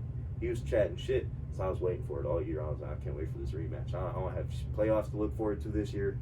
I smacked him. I was like, oops, forgot to change my lineup. I was like, maybe manage my team better. Yeah. He ain't saying nothing. Fantasy's It's intense. It gets crazy intense. Like, especially with friends and family. Like, I would always do online leagues and just dominate the online leagues. And, like, I'm talking, I was like 13, 14, destroying grown men in this shit. And I came second my first ever league. I was 8 years old. It was 2008. I remember I did one of the bidding leagues where you get money for your roster. Fuck that shit. That shit is unnecessary as fuck. But I was picking dudes like played dude who was like 40, quarterback, George. It was either his last name or first name. Jeff George. Jeff George. I don't know why I remember that. Jeff George. I'm pretty sure I saw a jersey in there too. Jeff George. Or something like that. Some George. That was his last name. Play for the Titans? Maybe. No, that's Eddie George. George. I'm not sure. While you're looking it up, what who was the first artist you remember fucking with? Yeah, Jeff George. Jeff George played for the Bengals? Played for all over. He was a journeyman. You had his Falcons jersey in there. Oh, okay. There we go. But he was playing until 2006, but he wasn't even an active player, but you could still draft him. And I didn't know you're not supposed to draft those players, so like that's the players I was drafting because balled on my budget on Chris Johnson. I wanted Chris Johnson really bad, so I spent almost all my money on him. Like, I got tricked into a bidding war and lost. Damn. So I had to pick up, like, scraps. But I remember Phillip Rivers was my first quarterback. Him and Jay Cutler. I had them splitting. And I remember I lost the Super Bowl because Jay Cutler balled out that last week and Phillip Rivers got shut down. I was pissed. Because Jay Cutler had shit the bed for me pretty much every week. Who else? Yeah, I wasn't even playing fantasy back then. 2008 fantasy was different. I don't know. I started playing fantasy when I was in Afghanistan. Like, it was more or less like a bunch of us got together. Like, man, we know a lot about fucking football. We always be talking about this shit. Let's just get a team going. So we got a little league. One dude ordered a draft kit, so we had like a whole board, and we put it inside like one of the bunkers where like if a rocket hits it, you're straight. Well, at least I think you gotta preserve the fantasy football board. At least I think you're straight. But anyway, so like it was like stickers and shit. So like we would have like rounds and stickers and all types of shit. I want to do a live draft. That's what I've always wanted to do. That shit seems so fun. It was so lit because like our league was like so close because we worked together. We were deployed together, Afghanistan type shit.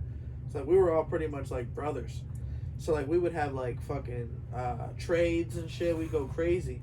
I remember one year I went back to back. One year I had I traded like my second and third round pick for a first. So I had Antonio Brown. I drafted Le'Veon Bell first, and then Antonio Brown number 6. And then the following year I traded the same shit. I drafted fucking David Johnson and Le'Veon Bell. David Johnson blew his fucking shit out. Yeah, I drafted David Johnson like, that same year. But it was like I had him and AB that year. But we just, like our league was just like, it was just so different, because like we did draft pick trades, like you can do that on so Yahoo. much cool do shit that next year. I want to do some crazy shit. Like I want to really for my league. I want to when we run it back. I want to do like shout out to my boy Cam. I still gotta pay him. I had some crazy shit going on my bank account. I got my shit drained. Kevin Hart? Is it Kevin Hart type shit? No, like see, there's money, but it's my checking. Like I got transferred over to my savings, and it's gonna take 3 to 5 minutes. I got my information leaked by a former employer. Oh Fuck shit! Michigan Sugar. Oh shit! Yeah. They be fucking working motherfuckers to the bone. I had the to the core ever. I worked in the field. Yeah. And we had one truck come in for 3 weeks. Damn. And my like our pilot leader, he was cool as fuck. He was like, bro, you can smoke whatever. So I was hitting my cart every day there. Hey. Like, I was sitting in my car watching UFC fights with this dude from Washington. Like, that's lit. I had an easy gig there. And we had this old man who was like always killing the fun. He was a buzzkill. What's his name? What the fuck is his name?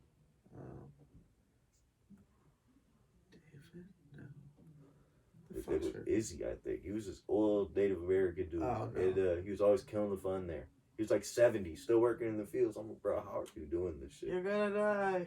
Like, And so I was always just having fun there. It was the easiest money in my life. Like, because my dad was telling me, oh, that's going to be a hard job. And I'm coming home clean. And he's like, what do you do there? I'd be like, what do you do? Why are you so clean? Like, my wife's grandpa used to work there, and this motherfucker would like work there for like 60-some years. It seemed, and it wasn't that long, but it was like legitimately like 40. Hey, Jade, you want to roll me up a wood? All right. So yeah, she would like he would just work there for like 45 years, but he'd take winters off. So like he never truly got like a proper like retirement when he got out.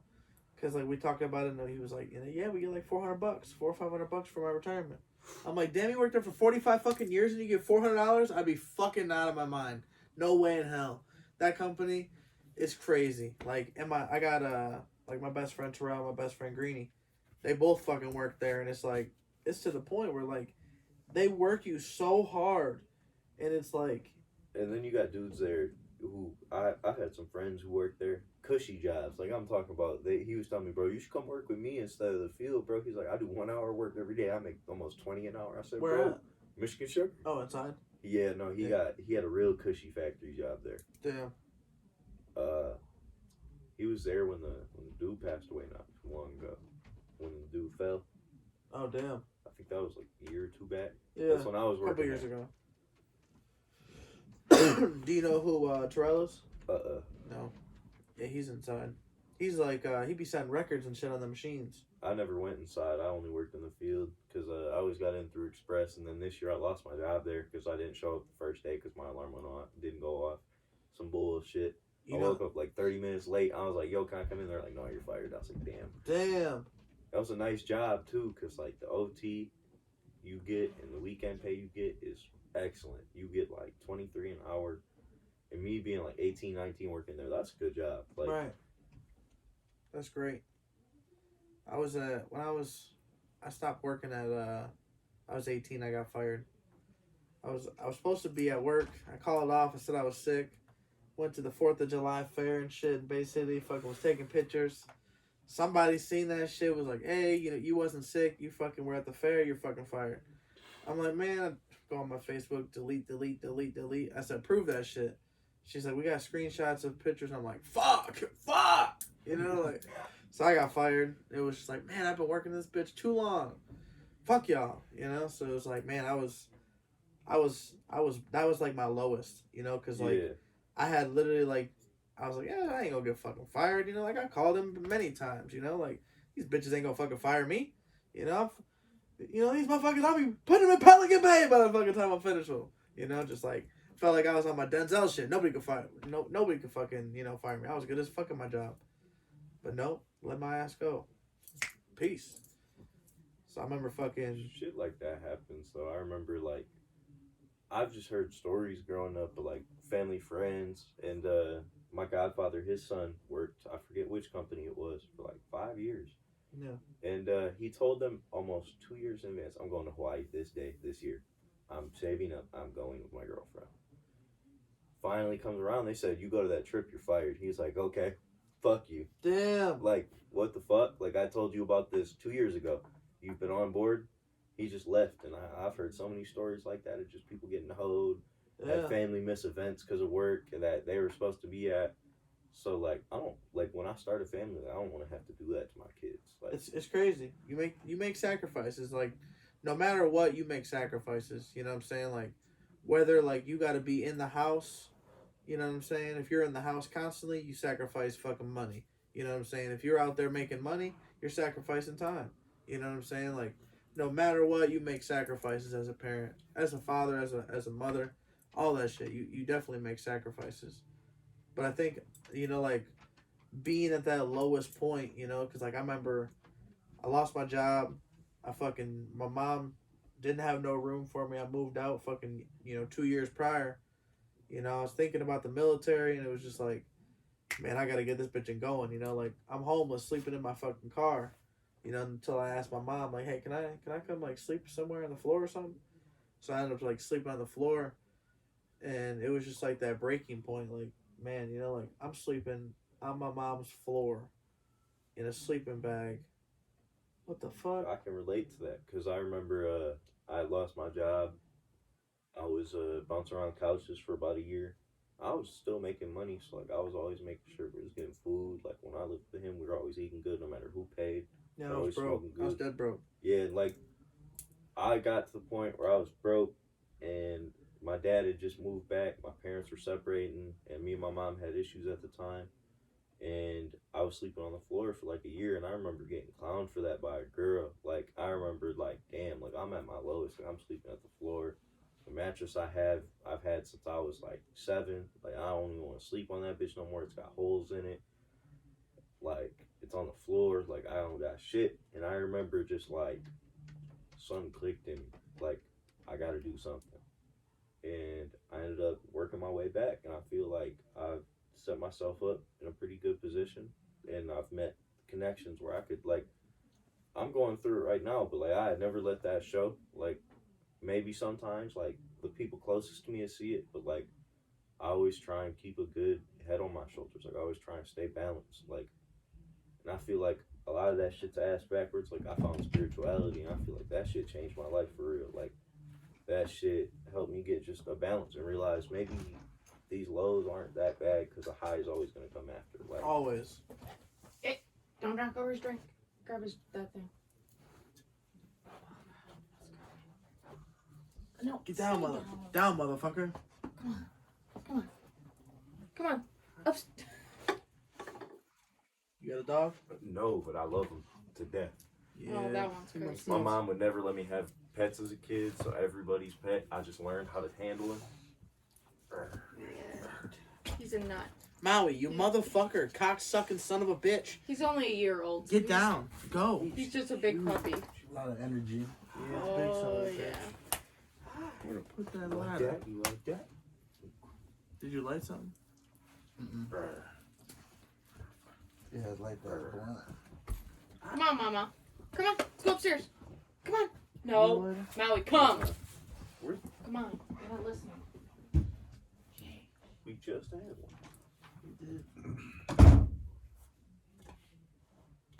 There's another lighter back there, but Is there? like a purple one. Oh, there it is. Yeah, it's funny. Maui, trying to go on Maui. Yeah, he's a motherfucker though. That dog is like so aggressive towards other dogs that like it's so annoying. Yeah, but It's like god damn, bro, like chill with that shit. I used to own 5 dogs. That was Woo! a movie. A I husky. remember that. I had a Siberian Husky, German Shepherd, 2 pit bulls, And a Chihuahua. and a Chihuahua. Shout out to Odie. Shout out to the OG. R.I.P. Yeah, he Shout died. out to Car. Yeah. This year. This last year. December. Damn. Yeah, somebody ran him over.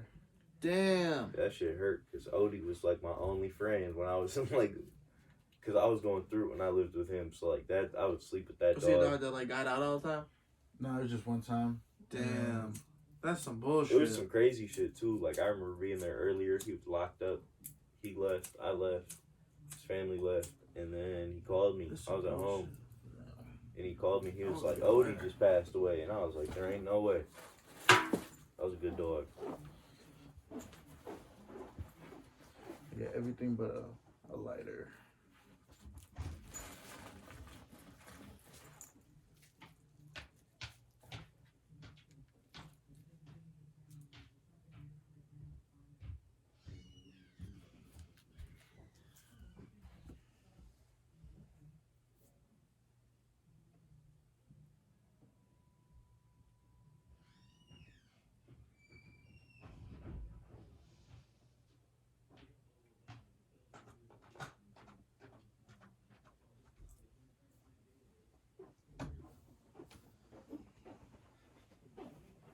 But yeah, so who was the first artist that you remember like fucking with?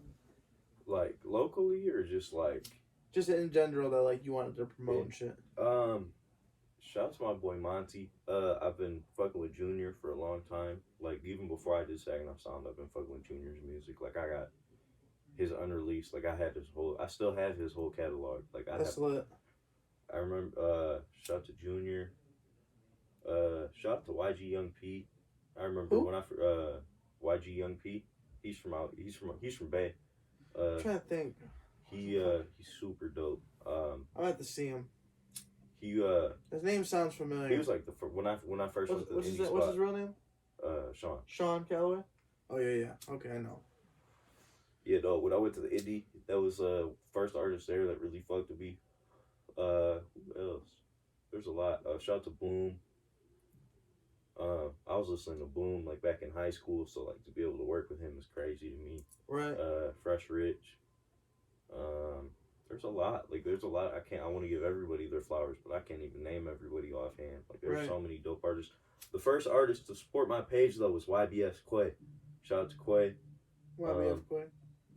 You know, he was the first artist out of Saginaw, out of the whole area to find my page, and he shouted me out, and everything kind of grew from there.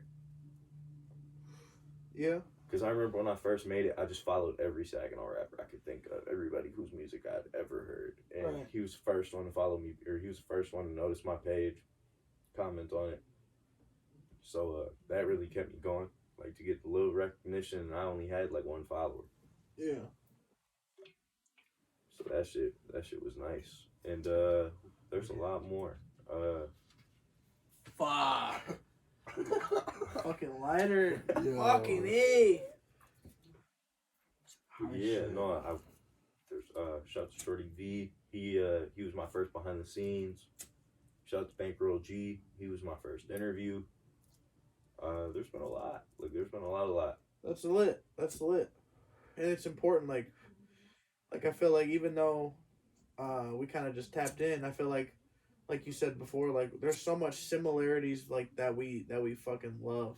You know, like your I passion come for down sports. Here, I see the wrestling shit. Like, I know, have like some crazy wrestling stories. Like, I've met some wrestlers. I met Bubba Ray Dudley in Detroit. bro, what? I went Get to a lot the of table. I went to a lot of Ring of Honor shows, and he was one of the Ring of Honor champions at that time. So he was there. That's lit. I met the Motor City Machine Guns. I met both of them. I met Cody Rhodes. I met Alberto Del Rio, Evan Bourne. See, how'd you go to these events? Ring of Honor. What's so that? it's like a independent wrestling promotion, and they've got some big names like AJ Styles is in it. Adam Cole, who's in the WWE now, or he's in AEW, he's in it. And Cody Rhodes was touring with them for a minute before AEW. And I just went to their events, and they're much cheaper than WWE. And there's meet and greets that are like $20 for an autograph picture.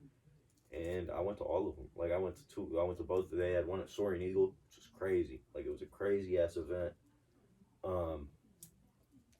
And like, I got to see some wrestlers, like wrestlers, like, and there's some big names. Like, I believe I've seen AJ Styles perform, Adam Cole, Mike Bennett, like some major independent names. And like, I got to see Ricochet when he was just starting. Who? Ricochet, he's in Rikishi? WWE.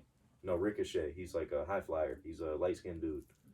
See, I was watching wrestling like the 96 to like 2000, 2001 maybe? Yeah, because I could tell by that 2002? poster. Like, that was like my era, like a shit. I was watching wrestling from like 06 to like I missed like so much. 2016. Like, I fucked with Lita just because she was so sexy. Like, I fucked with Lita, Sable. Edge is like, my favorite wrestler ever. Edge was dope, Rey you know. Mysterio. Rey Mysterio was dope. Like, he was iconic for me. Like, I remember trying to 619 motherfuckers. Like, if I had any type of ropes, you know, like, let me just put you on this rope. Yeah, all that shit, man. Like, but for like the main two was Stone Cold and The Rock. Like, that was like my fucking ice cream and cake. You know, like, man, these two dominate. These two wrestlers alone. They have probably the best rivalry ever in WWE history. I just sold a shirt today to my boy Bouchon. It was a wrestling shirt that's got Stone Cold choking out The Rock. Oh, that's fire. Oh yeah, it was one of the greatest fucking garage sale finds ever. I remember I had like one of the original Stone Cold logo shirts, and it was official WWE license. I remember I found a FYE for like $5. I said, yeah, I need that. I wish I would have like capitalized on like shirts that like, oh shit, I'm probably gonna be a little chubby dad bod one day, so let me buy a large, extra large now. You know? Yeah, I have a lot of like. I would have too bought big for a so lot of much my shit. Like, I bought so much of my shit when I was a little bit bigger, and that fucked me up because a lot of the shit's like real baggy on me now. How big were you? I was like 250. I'm back to my high school weight, so I'm like 215 right now. Can you believe I was 242 at my highest? I'm fucking short. I'm like Short 6 and foot. stubby. Yeah, I dude. was like a little was- pumpkin.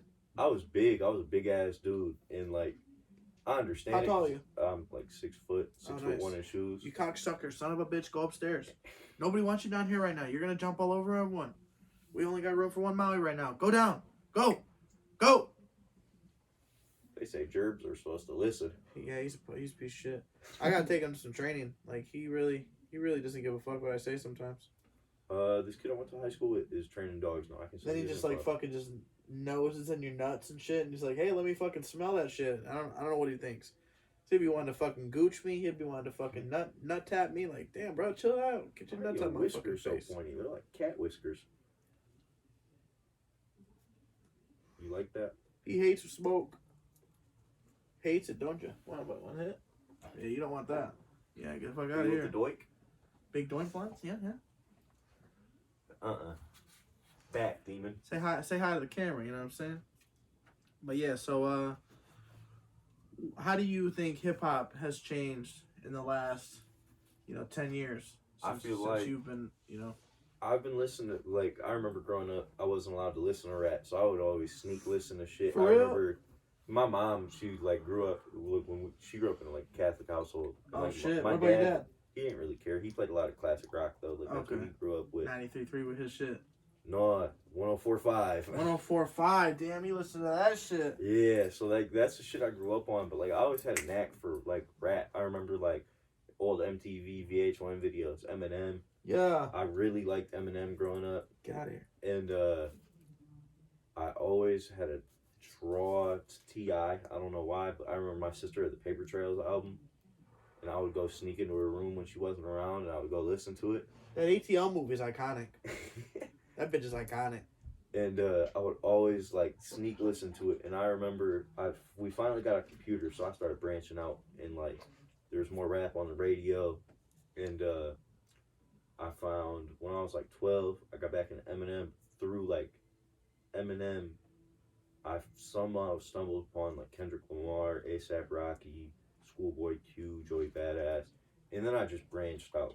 And like I've always had a knack for finding artists really early. Like I was on Juice WRLD early. Yeah, same. I was on the whole Griselda, like Benny the Butcher, West Side Gun, Conway. If you want. I was on them super early because I went to Buffalo when I was like 13, and my homeboy who like I played video games with, he was like, bro, go listen to Conway the Machine and his brother West Side Gun, and they hadn't blown up like that yet. Yeah. He was like, they're dope artists from out here. So I was like, okay. So as I'm in Buffalo, I'm listening to them, and they ain't blow up to like last couple years.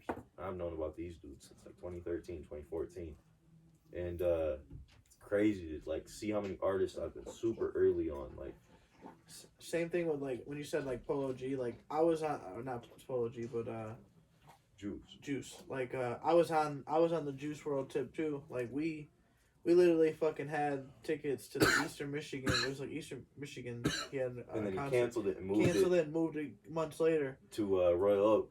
No, he did. He had it at Eastern Michigan. So. Okay, I know he canceled one show here and then moved it to. I think he did 2 shows in Michigan, is what it was. Yeah, he had one in Royal Detroit Oak. for Race for Love. Yep. That was at Royal Oak. Yep. And I was gonna go to that, but I had just went to the Playboy Cardi concert the day before. Oh shit! I would have banged that bitch out. I was on X and Ski really early. I had tickets to their only show ever in Michigan together. Damn, you went? My ride canceled on me the day of. And oh fuck! We riding the bike. I don't care. I don't care. I literally offered him a free ticket. I was like, bro, if you drive me, I'll give you a free ticket. He went anyways and bought his own ticket. Damn, I'm giving a fake name, something. I'm hijacking a taxi. I'm fucking. Yeah. You know what I'm saying? All right, we gotta go to ATM, and I'm running. You know, I was trying to do everything I could, trying to find a ride last second, and as it got to the time of the show, I'm like, damn, man, I just spent $70 on 2 tickets and couldn't even go, and I regret that to this day. Damn. Because, like, that was a pretty legendary show. Like, that shit was nuts. Because I got to watch my homeboys. Speaking of nuts, get the fuck out. Get the fuck out, man. Go upstairs, you piece of shit. Go. All of my man's junk. Yeah, that's crazy. Like, that was like probably one of my greatest concerts like that I've ever been to. Like, there's been some bangers, but we went to Juice WRLD and we were literally I waited outside from 1 o'clock until 7 just to try to get like front row. That's what and we did fucking got it. Party. We got front row and we got our merch. I was like, bro, I didn't give a fuck about merch. I was like, bro, I'm trying to be merch. in this bitch, soaking up this energy. Yeah, I was front row for Cardi's show in like 2018. That shit was crazy. See, I never fuck with Cardi, and like I got my glasses broke in the mosh pit because I was in the front, so like people are trying to push past me, and I'm guarding my. See, I'm bad with like the mosh pit. Like if somebody throws an elbow at me, I'm fighting you. You know, like yeah, that's usually how I am. But like I snuck them back. Because there be some motherfuckers that are just boom, just fucking. That guy threw an elbow trying to push up, and I noticed him. It was this little skinny ass dude, and I'm looking down at him, and as soon as he turns, I fake getting shoved, and I shove him into the railing. I'm like, oh, my bad, bro, I got pushed. He's like, oh, you're all good, bro. But realistically, I was just trying to get my get back for him breaking my glasses. Damn. Because my lens was lost, so I'm like lensless for half the show. He's half blind in this bitch, but he's feeling the music with his literally, eye. Like he says it's a little blurry. We didn't find my shit till the end of the show. You found it? Yeah, I ended up finding my lens. Didn't go the whole night fucking half blind. But yeah, no, it was like halfway through that shit got broke. So like during the main part of his set, I'm one lens out, one lens in, and I'm like one eye in it. Cause that shit was crazy. Like there were people getting kicked out. One of the artists passed a blunt down to us, and it was about to get to me and my homeboy. My homeboy grabbed it, and security hawked him. Cause this is at Royal Oaks, they don't allow you to smoke in there. Yeah. Even though, like, I've noticed big venues. I went to the Moneybag Yo show this year. They're bitches.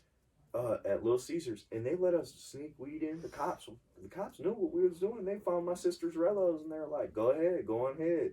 Yeah. I thought they was gonna tell us something about it, but they didn't care. And like, it was crazy to walk out of Little Caesars Arena, and there's smoke billowing out. Like we hotboxed that bitch. Like, damn. we weren't the only ones. Everybody had some weed in that bitch. We went to Astro World at the Little Caesars. I had tickets to that.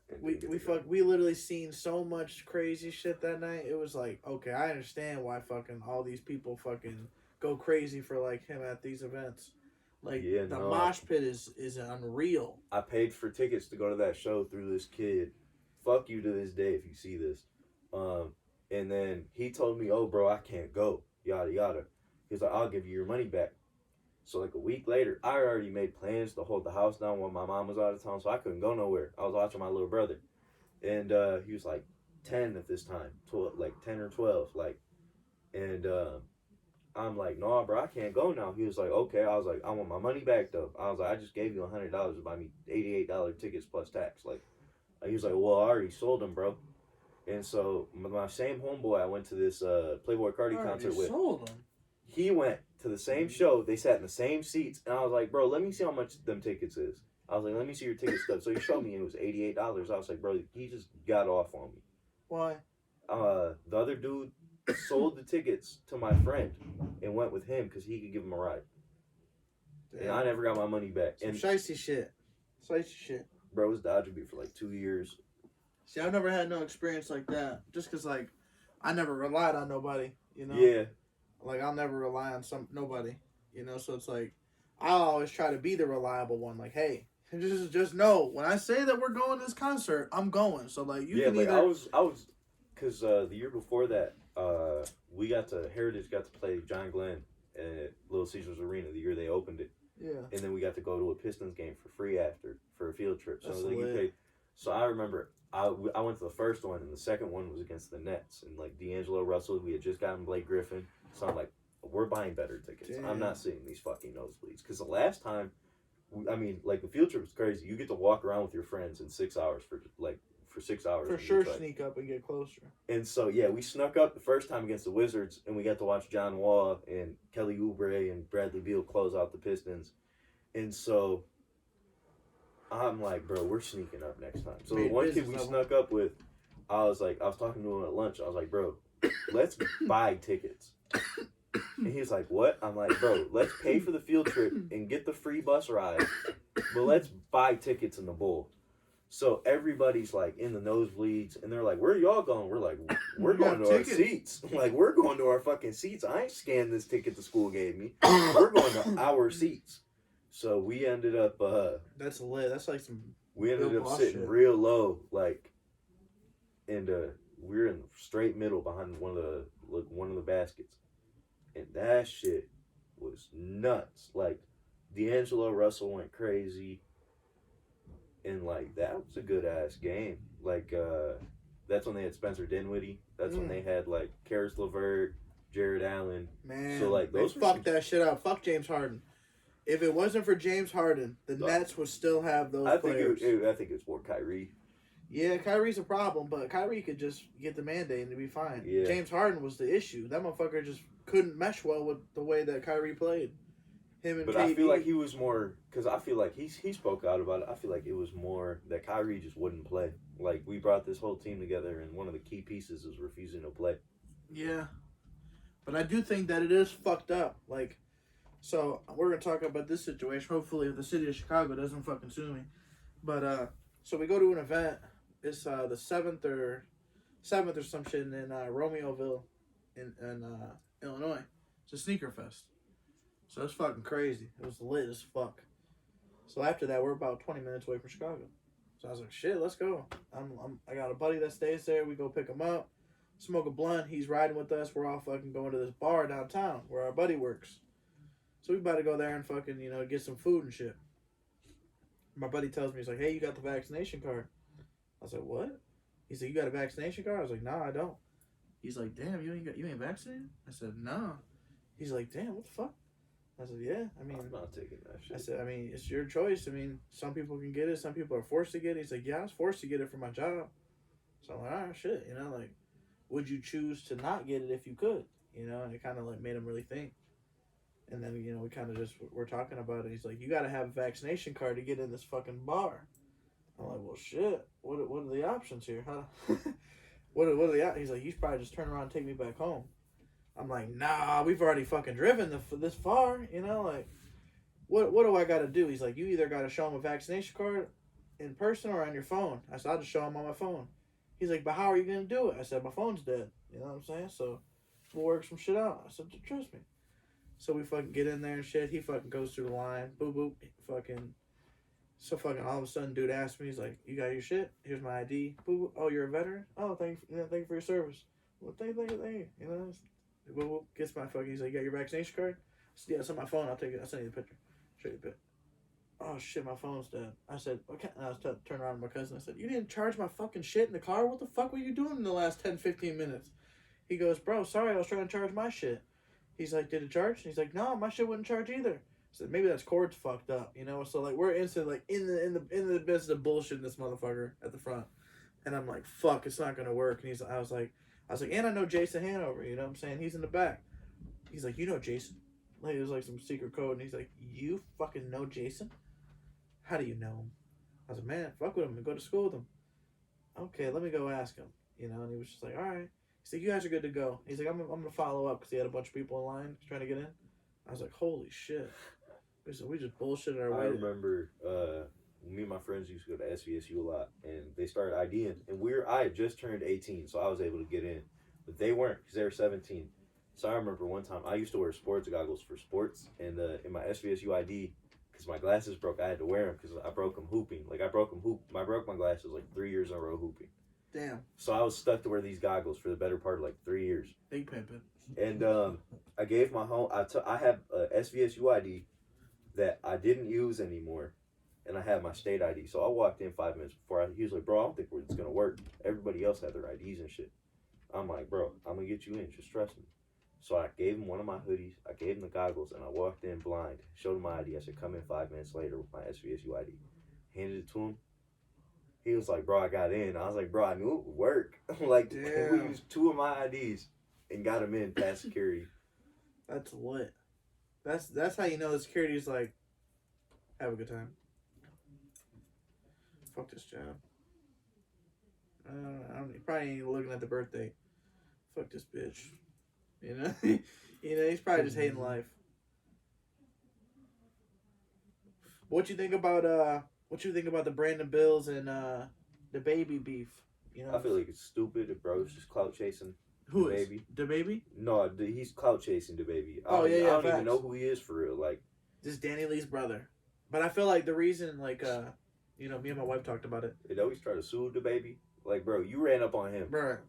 Like, we all saw the video, and you're saying he ran up on you. No, bro, you ran up on him.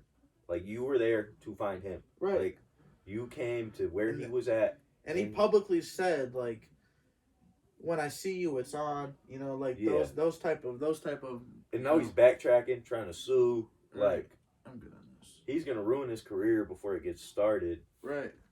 Because he's trying to clout chase. He's trying to do all this extra shit to get some easy fame out of the baby because he sees a meal ticket. Right. And I feel like his court case ain't gonna fly because the whole fight's on video. Right. So, like, I feel like he's down bad right now. So do you feel like, cause my wife talked, me and my wife, we had like a good little heated talk about it, and it was like, she got upset with me because, I feel as if like he was personally like, if I'm rich, you know what I'm saying, like, or say you're rich, you know what I'm saying, I'm like another Maui, you know what I'm saying, like it's my job to make sure nobody fucks with you, you know what I'm saying, like I'm fucking somebody up if they even have that intention, and it's like, yeah, and it's like, you know, she said that, you know, if you're rich, you're talking shit, you know, blah blah. But I'm like, it's different, you know, like it's when the baby. Like it's I feel like every person who's talked about him has gotten fucked up, and it's usually by the baby. yeah.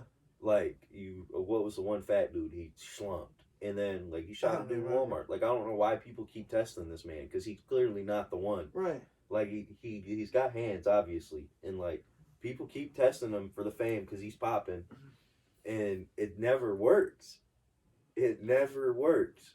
Like I feel like that's just a dude people gotta just respect at this point for breaking. I mean, he was canceled for the stupidest fucking reason, and I feel like people just need to stop testing his gangster and just let the baby be the baby. Because like there's a cloud of smoke in this bitch. You know what I'm saying? Like every time someone is trying to go after the baby, look what happens. Like I don't get it. Like that's a family man. He takes good care of his family, and like I feel like he's just defending himself at this point. Like facts. And it comes. I mean that comes with being successful. Like you're always gonna have people trying to knock you off your pivot, and they keep trying to get the baby, and he keeps winning. I love the fact that like his people stuck, you know, like they made sure the situation didn't get escalated. You know, I mean they did and they didn't. Obviously they fucked with him a little bit. They grabbed him by his hair, but and you know they slammed him to the ground. But that's his security. That's what they get paid. That's what their job is. You know what I'm saying? Like how I look at it is, you approached me in a private setting. And I'm pretty sure it looked like he was shooting a music video. I thought he was just bowling with family and friends. That's what I don't know if there's a giant camera. It looked like it was an event.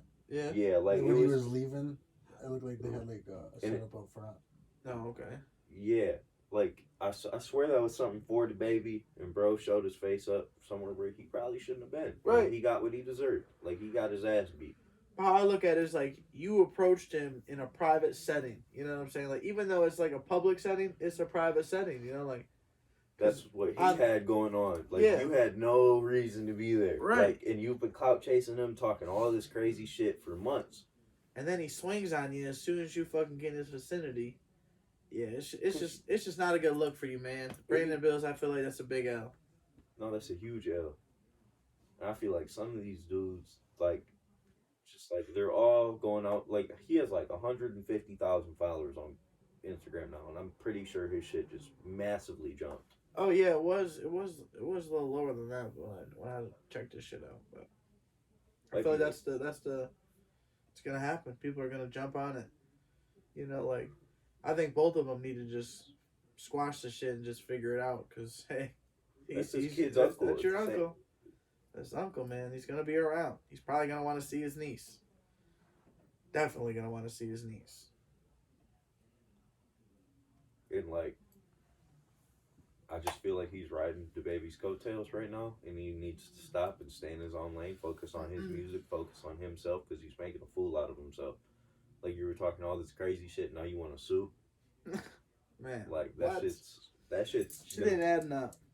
That shit just does nothing for your image. Like the image he tries to portray, he's not following it. Like it's just kind of out of ignorance. Like he's just being a goofball. Right.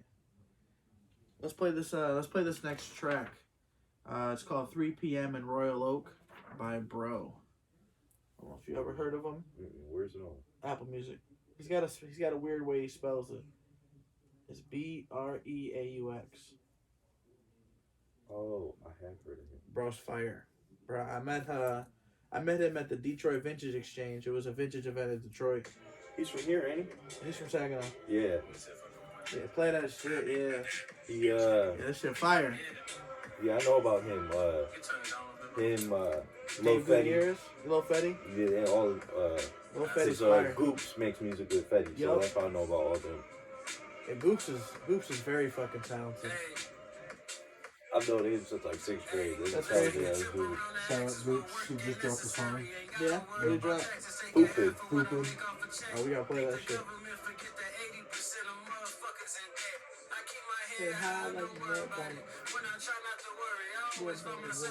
Oh, shout out to Sensei. Yeah, I know he mixed and masters a lot of their songs. Yeah. Nice.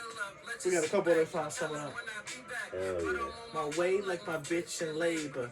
And hot on my neighbors cause I gotta be friendly. And I'm blowing too much loud and I know they can hear me. They simply reload and do a 360. Please don't come near me. Figure I don't need you to hit me. I can make my own change. I don't need your 2 pennies.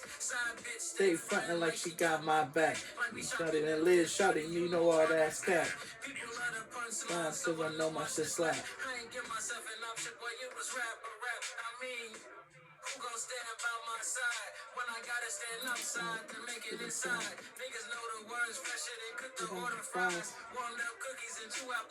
You know the vibes, man. I'm loving it. Yeah. I'm excited for bro to turn up, bro. I never knew how to pronounce his name. Nah, we got together. Yeah, bro. Some New Orleans shit. He's got a different flow to him. Yeah, big or crazy. Yeah, bro. Like he's real nice. Their whole camp is on such a way of just picking beats. I got put on to this next song. We'll just keep it going for a couple songs. Johnny P's Caddy. By Benny the Butcher. Benny is so hard. I was just talking about yes. Griselda. So my man Scotty, right? So we love Scotty. Shout out, man Scotty. Always fucking throwing some dope ass trades towards me. I got a couple FUBU pieces he bought from me, but yeah, man, he put me onto this shit, and I was like, damn, that shit hard. That J. Cole verse is crazy. I do not own the rights to none of this shit, man. None of this shit. I do not own the rights to none of this music. None of it. Just play that shit.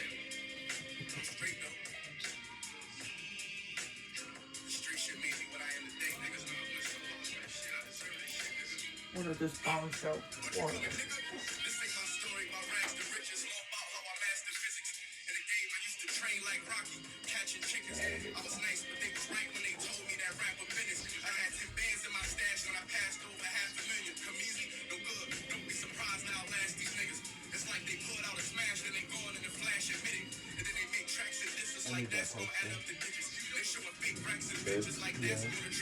Fire. I have a old Scooby-Doo VHS with the Harlem Globetrotters. Yeah, what you know about that? I don't know if I still got it, but I got it at a fucking garage sale. That shit was fire-ass movie growing up. That's some OG shit. I miss the VHS tape days. I used to have a whole bunch of VHSs of Princess Disney movies. Oh my god, I had a few. Cinderella and shit. My sister would watch. You ever heard of a blunt bubbler? We call this bitch the blunt bubbler. Oh god, yeah, I've done that a few times. Throw some weed in it. Have you ever done a time bomb? No, we've done time bombs for you. That shit. Woo! That shit kill a man. That shit put some hair on your chest.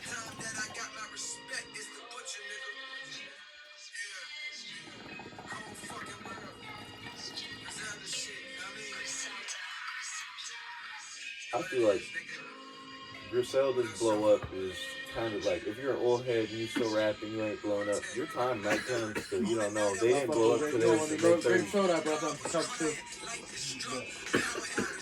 So much you want a grape soda? I got a cup for you and shit. But, yeah. I'm gonna need it after the bar. Yes, sir. Try to come prepared.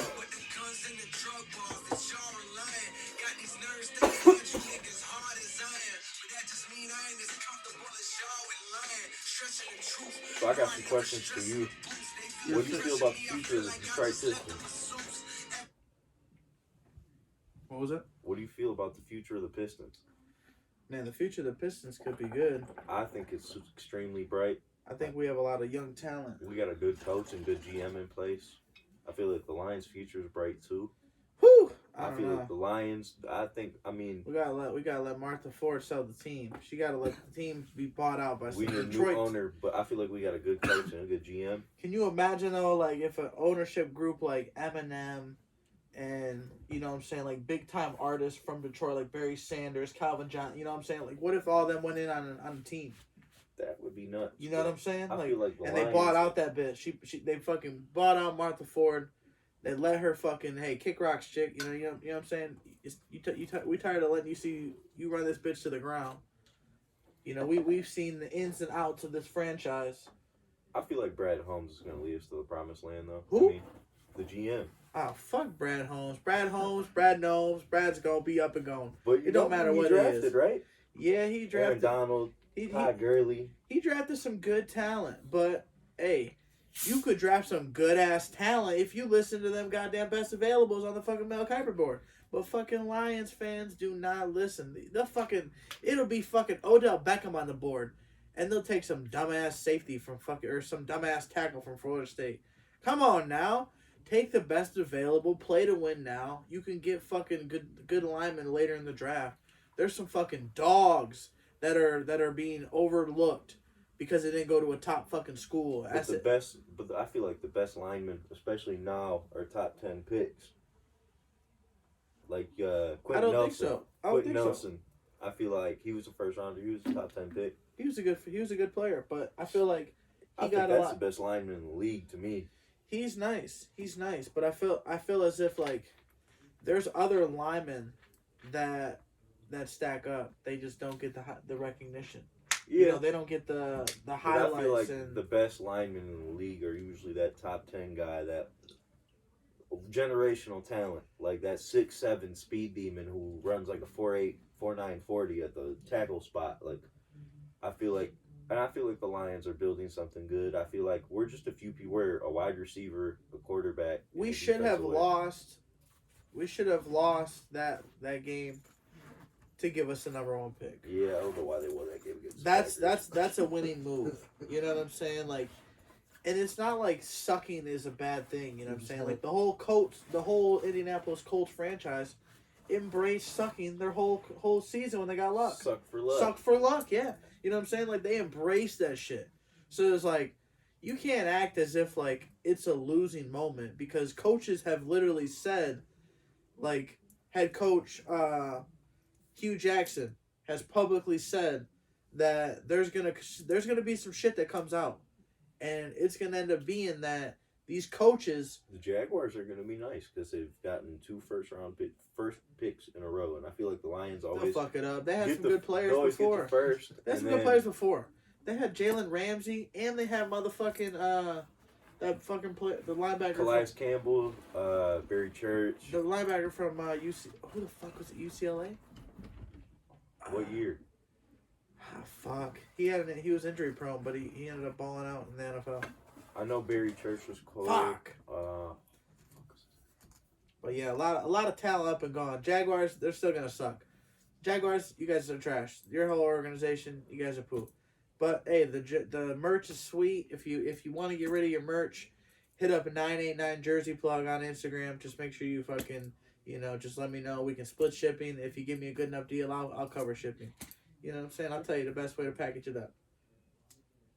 I feel like that Urban Meyer situation just derailed. Urban Crier. Fuck Urban Meyer. I hate Urban Meyer. He's from Ohio too. Fuck him. I've hated him since he was at Florida.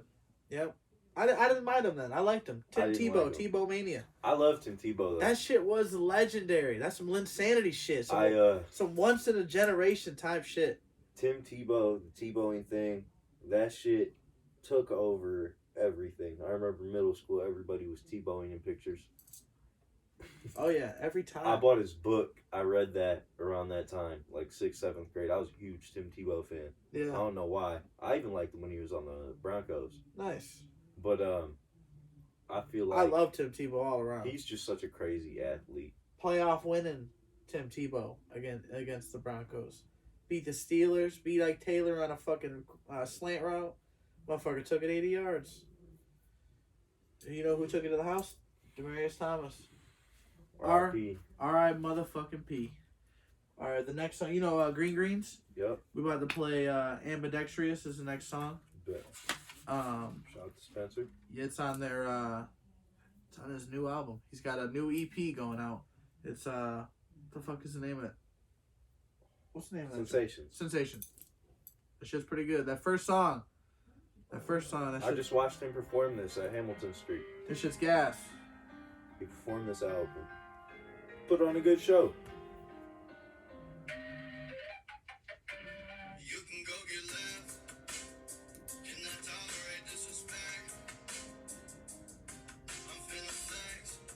Who do you think's gonna win the NBA Finals this year? Woo! Golden State. Oh, really?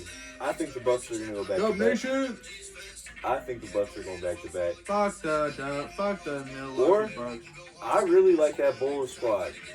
They can make a run. They could definitely make a run. DeMar DeRozan is playing out of his fucking mind right now. They need all their players, bro. Caruso's got to stay healthy. They got to fucking have Lonzo Ball. Healthy, I think that's the scariest team in the league. Could you never know? Yeah, they got to all be healthy. And I feel like a major sleeper team in the East, I like the Hornets a lot. Charlotte, baby. Yeah. Charlotte, you got me wearing the Charlotte. I've been on the LaMelo Ball. Facts. Ever train. since I've been watching that First motherfucker video grow up. I saw love him, it. I said, no, that's the one. Yeah. I thought they all was going gonna be the league. I thought Jello was gonna be balling too. Jello's got the purest form. Like, he's got the purest shot out of all three of them. And Lonzo put in the work to fix that ugly ass jumper, and now he's pretty much automatic. He's become a real threat. But I knew LaMelo was gonna take off as soon as I saw him play up as a freshman. That was an 8th grader dropping 40 on your favorite hooper in high school. Man. I mean, that- Pookie Jones. You know Pookie Jones? He went to USC. He went to Saginaw High. Okay. It was 2007. He went to 2007. I was a freshman. Okay. Who else was super cold? I remember the whole Jelly fan wave. Isaiah Washington. Ooh. He fell off terribly. Him and JQ both fell off. You remember? You wouldn't remember David Orf. Do you remember? What the fuck? They went to Western. Basically Western, the tall dude. Yeah, tall dudes. Played for Michigan State. Yeah, one of them was my trainer. I got the I think fucking he was the magazine forward of on that that motherfucker. team. He was like 6'5", and he was the forward on that team. What's his Matt something? Matt Matt No. Costello. Yeah, Matt Costello. He went to Yeah. MSU. He was cold. He was a Costello. Yo, you excited for Donda too? Oh, more than excited. Kanye is probably my favorite artist ever. I've Oh, always shit. been drawn to Kanye. Hey, Hazel, like you hearing that? Fuck Pete Davidson. Fuck Skeet. Fuck Skeet. Fucking Skeet. I've always hated Pete Davidson. I don't know what it is about him. I never but like, hated him, but I definitely I've just dislike always him now. like, I don't know. I've always just got weird vibes about Pete. Like, I don't know. Fuck Something Taylor about Pete Swift. just... Fuck Cudi. See, No, we gotta- you we can't gotta- say we fuck Kid we Cudi. gotta talk about that. You We can't gotta say talk fuck about that. Kid. Kid Cudi did what he had to. Kanye acted like Cudi needed him, but realistically, Kanye needed Cudi. There would be no 808s and Heartbreaks, no My Beautiful Dark Twisted Fantasy without Kid Cudi. Yeah. There would be He no even modern played, he Kanye. even played on Donda. Yep. And like, I never understood why Kid Cudi took shots at Drake or Kanye. More or less Kanye. I didn't understand it. Because he obviously left. He left good music. I don't think he really took shots at Drake per se, because like he refused to get involved in Kanye's beef with Drake, and then made a song with Drake. Well, because Drake made it. I know they rekindled it or whatever, but obviously like two birds, one stone. Yeah, Drake made fun of like his mental health and shit like that. I remember that. That was like, I want to say that was like Views era. That was a while back. Yeah. Yeah. I remember that because that was when Cudi was really down bad. Yeah, he was definitely. I remember listening to that motherfucker for the first time. NBA Live 09. Day and night. I went to, you remember the WIOG Lizard Fest back in the day? Yep. I went to those, and Fool's Gold Records was there passing out mixtapes. What was it? Fool's Gold Records. They're like an EDM. Oh shit, never heard of him. They were passing out records. It's kind of like a big label. Like I forget who like what artist. He's huge, but they had Kid Cudi remixes. Really? That's how I found out about Kid Cudi, and that was when Day and Night. That was when a kid named Cudi had just dropped. So I was like, "What is this?" Yeah. So I remember making my mom play it on the way back, and I'm jamming the fuck out, and I'm like, "Oh my god, what is this?" And then Pursuit of Happiness, the movie came out, and that had the Kid Cudi song with Will Smith. Yeah. And I remember just hearing all those songs. I was like, "Wow, just Crazy, like, what right? the fuck is this?" And that was like, I was listening to him all through middle school, high school. Like, that was one of the first rappers I was really fucking with. Yeah. And like, I've branched out, and I've been so early on so many artists since. But like, Doesn't it feel Cuddy's good? always Doesn't it feel good? It feels. I knew about Rio like 2 years before everybody else found out about Rio. Yeah. Because my friend's cousin was State Trapper, R.I.P. And he had songs with Rio and Babyface Ray and like that shit, like just expanded me like into. I didn't realize there was so much good music coming out of Michigan until I was like in high school, and then everybody was listening like Bang Gang. Or shit how like much? that. Or how many artists come to Michigan that are just starting out that aren't from here? Like There's I think a lot. I Eminem got. did it, and like I feel like there's a real dope artist who he records at the Hip Hop Lab. I got put on by Primo. I might be Primo fucking Beats. with the Hip Hop Lab. J100. He's from like Arkansas and Texas, but he like has a Michigan style now. Yeah. He's so cold. He's Fire. like so cold. What's his name? J100, like HUN, like Yeah. HUN. It's like, you know how YG does 100. Yeah. It's that with a T. Okay. 100. Yeah. Okay. And he is ridiculous. Actually, I'll throw in a little song to your playlist. Yeah. All right. Let's run it. The next song I got is basically the music to listen to. Corday. I was gonna talk about. That was probably like my first two artists I think I jumped on the earliest was Corday. I was on since his first video. The first, he changed the name of Alaska. You went to the meet and greet in Black Pig? Fuck no, I wish. It was like $40, bro, Wow. for a ticket to meet and greet. I saw his first show. I Motherfucker's found tall him as on shit. World Star. Yeah. And I had known some of his older songs, because he used to go by Entendre, and there's it's like about rappers. Have you seen Long Live Surf? Like it's this dude named Rhino, and this white boy named Noah, and it's Noah Boat and Rhino, and they go to college in the DMV area, and they featured this rapper in one of their videos, and it was Corday when he went by Entendre. Oh, Entendre then. And yeah, and I found him early, and then when he uploaded the My Name Is Freestyle to World Star, I had World Star's notifications on, so it came up, and I was like, this dude looks familiar, and everybody's like, ain't that bro from this one video? I was like, holy shit. And I knew as soon as he joined YBN, he was going to take over and become the most successful out of that crew. Because, like, Namir sucks. Namir isn't allowed in Michigan. That shit's funny. Because he was talking shit about the water. Crispy Life Kid got on his ass on live, or on Instagram stories. He got on he got on Namir's ass. See, I fuck with him here. He's got some good music. But I'm gonna play a song Black for you. Bentley Dreams. I'm gonna play a song for you. This is Island Boy by J100. This shit is nuts. He's got some of the craziest bars. He said I'm gonna bake you a creme brulee, baby, like I'm Corbin Blue. And there's a very small scene from High School Musical where Corbin Blue's talking about creme brulee.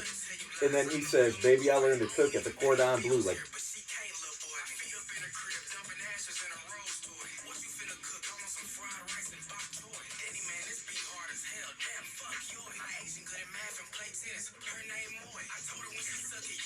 he's from Arkansas, and he records his music up here.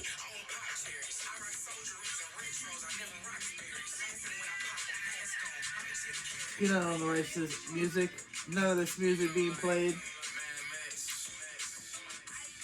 This is fair use.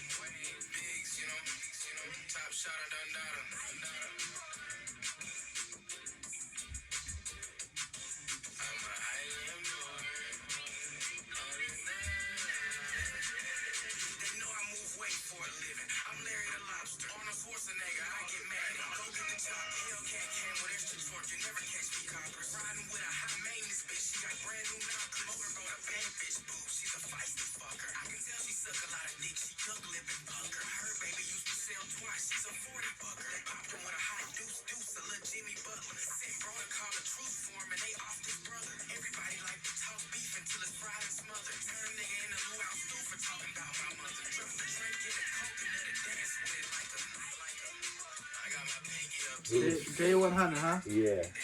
He's so nasty.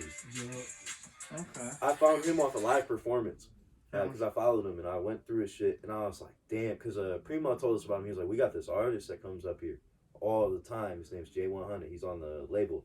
So I listened to him. bro was crazy. Like, I was like, damn, it was this live performance, and it's like him like water torturing a dude. Like, that's a live performance. It's like, it's all fake, but like that shit was like one of the craziest live, like, you know how those live session videos be, and that shit was nuts. I was like, that was impressive. And I showed him that. He's like, bro, who is that? And I've been listening to him ever since. I think he's a very dope artist. He's gonna go places. I'm gonna download this Black Bentley Dreams. This is some shit you gonna want to play from front to back. This shit's gas. I'm gonna play a song. Black Bentley Dreams. It's an artist called Flows. I was hoping he'd be able to come to this showcase, but he said he wasn't ready to pop out just yet, you know, so we gotta wait till he's ready. Man, that shit's gonna be gas. He's one of them artists that, like, I feel like he's really got the culture, you know, tapped in, you know what I'm saying? And it's just a matter of time. Like, there's just so many artists that it's a matter of time, but I think this one is really, like, he's one of them it factors that, like, he's gonna be a superstar. Yeah, I know. I feel like there's a lot of artists with it, and it's just they're not broadcasting themselves to a broad enough audience, especially around here. Like, there's some dudes who I hear are just like, I meet, they show me some of their music, I'm like, bro. Like, shout out to Don Quilly. Who? Don Quilly. He was a producer of the indie spot. He sings, he plays guitar, plays all sorts of instruments. He produces, mixes, masters. He's a full engineer, and he sings. Sheesh. He has an industry sound beyond belief. Like, he's going to blow up. Yeah. Like, mark my words. He's a resilient ass dude. That man is that man's a grinder. Like, he just got out. He's in Detroit now. Shout out to Quilly.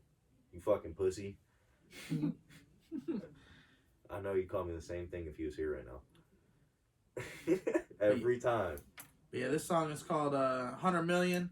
It's by Flows 4. You know, I played his music before, but this is one of them songs, man.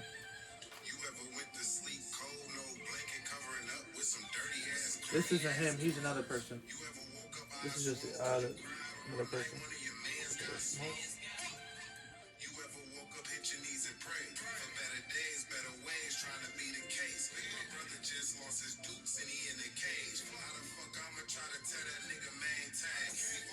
I'm trying to wake up to 100 million. The tall ceilings can switch the weather to what I'm feeling. Flying PJs, fooling with all the DJs. Spinning my shit on replay because they digging what he say. Hey, or I might just pull up back Bentley.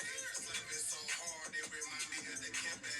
On the freeway, dogging out Lamborghinis. Young niggas, we been made. We just trying to get paid. Yeah, This is Flows coming up. me and my nigga Folk, man, we been locked in, man. Back in 2017 when we got in our jam, nigga. We was in that bitch sick, nigga. I hit the wall one day, say, "Fo, nigga, go home, nigga. Fuck they talk about, nigga. Hold the keys down, nigga. I'll be back." When they hit that bitch, he said, "What, nigga? You go home, nigga. Fuck going on, nigga. Look, folks, smoke in the air. Put away a burn. Never sitting hungry at the table. Oh, I had turn. Oh, I done learn. See niggas show I didn't get burned. Honesty appreciated, but loyalty get returned. That's my word. But I ain't been stressing lately. Money been through the roof and the vibes been aesthetic. Lately, them young niggas hella faded. Popping every pill they can Reminds me of Nip. I was thinking, yeah, because He reminds me of Nip a lot, bro. He's just like speaking real shit. Like, man, I've been through it. So like, I wish, like, Dolph, when he passed away, that shattered me. Like, that was my favorite artist for the last 4 years, Young Dolph. And like, the jealousy in his city. Yo Gotti knew he couldn't fuck with Dolph. Like, label tried to sign Dolph, and he said, "Fuck y'all."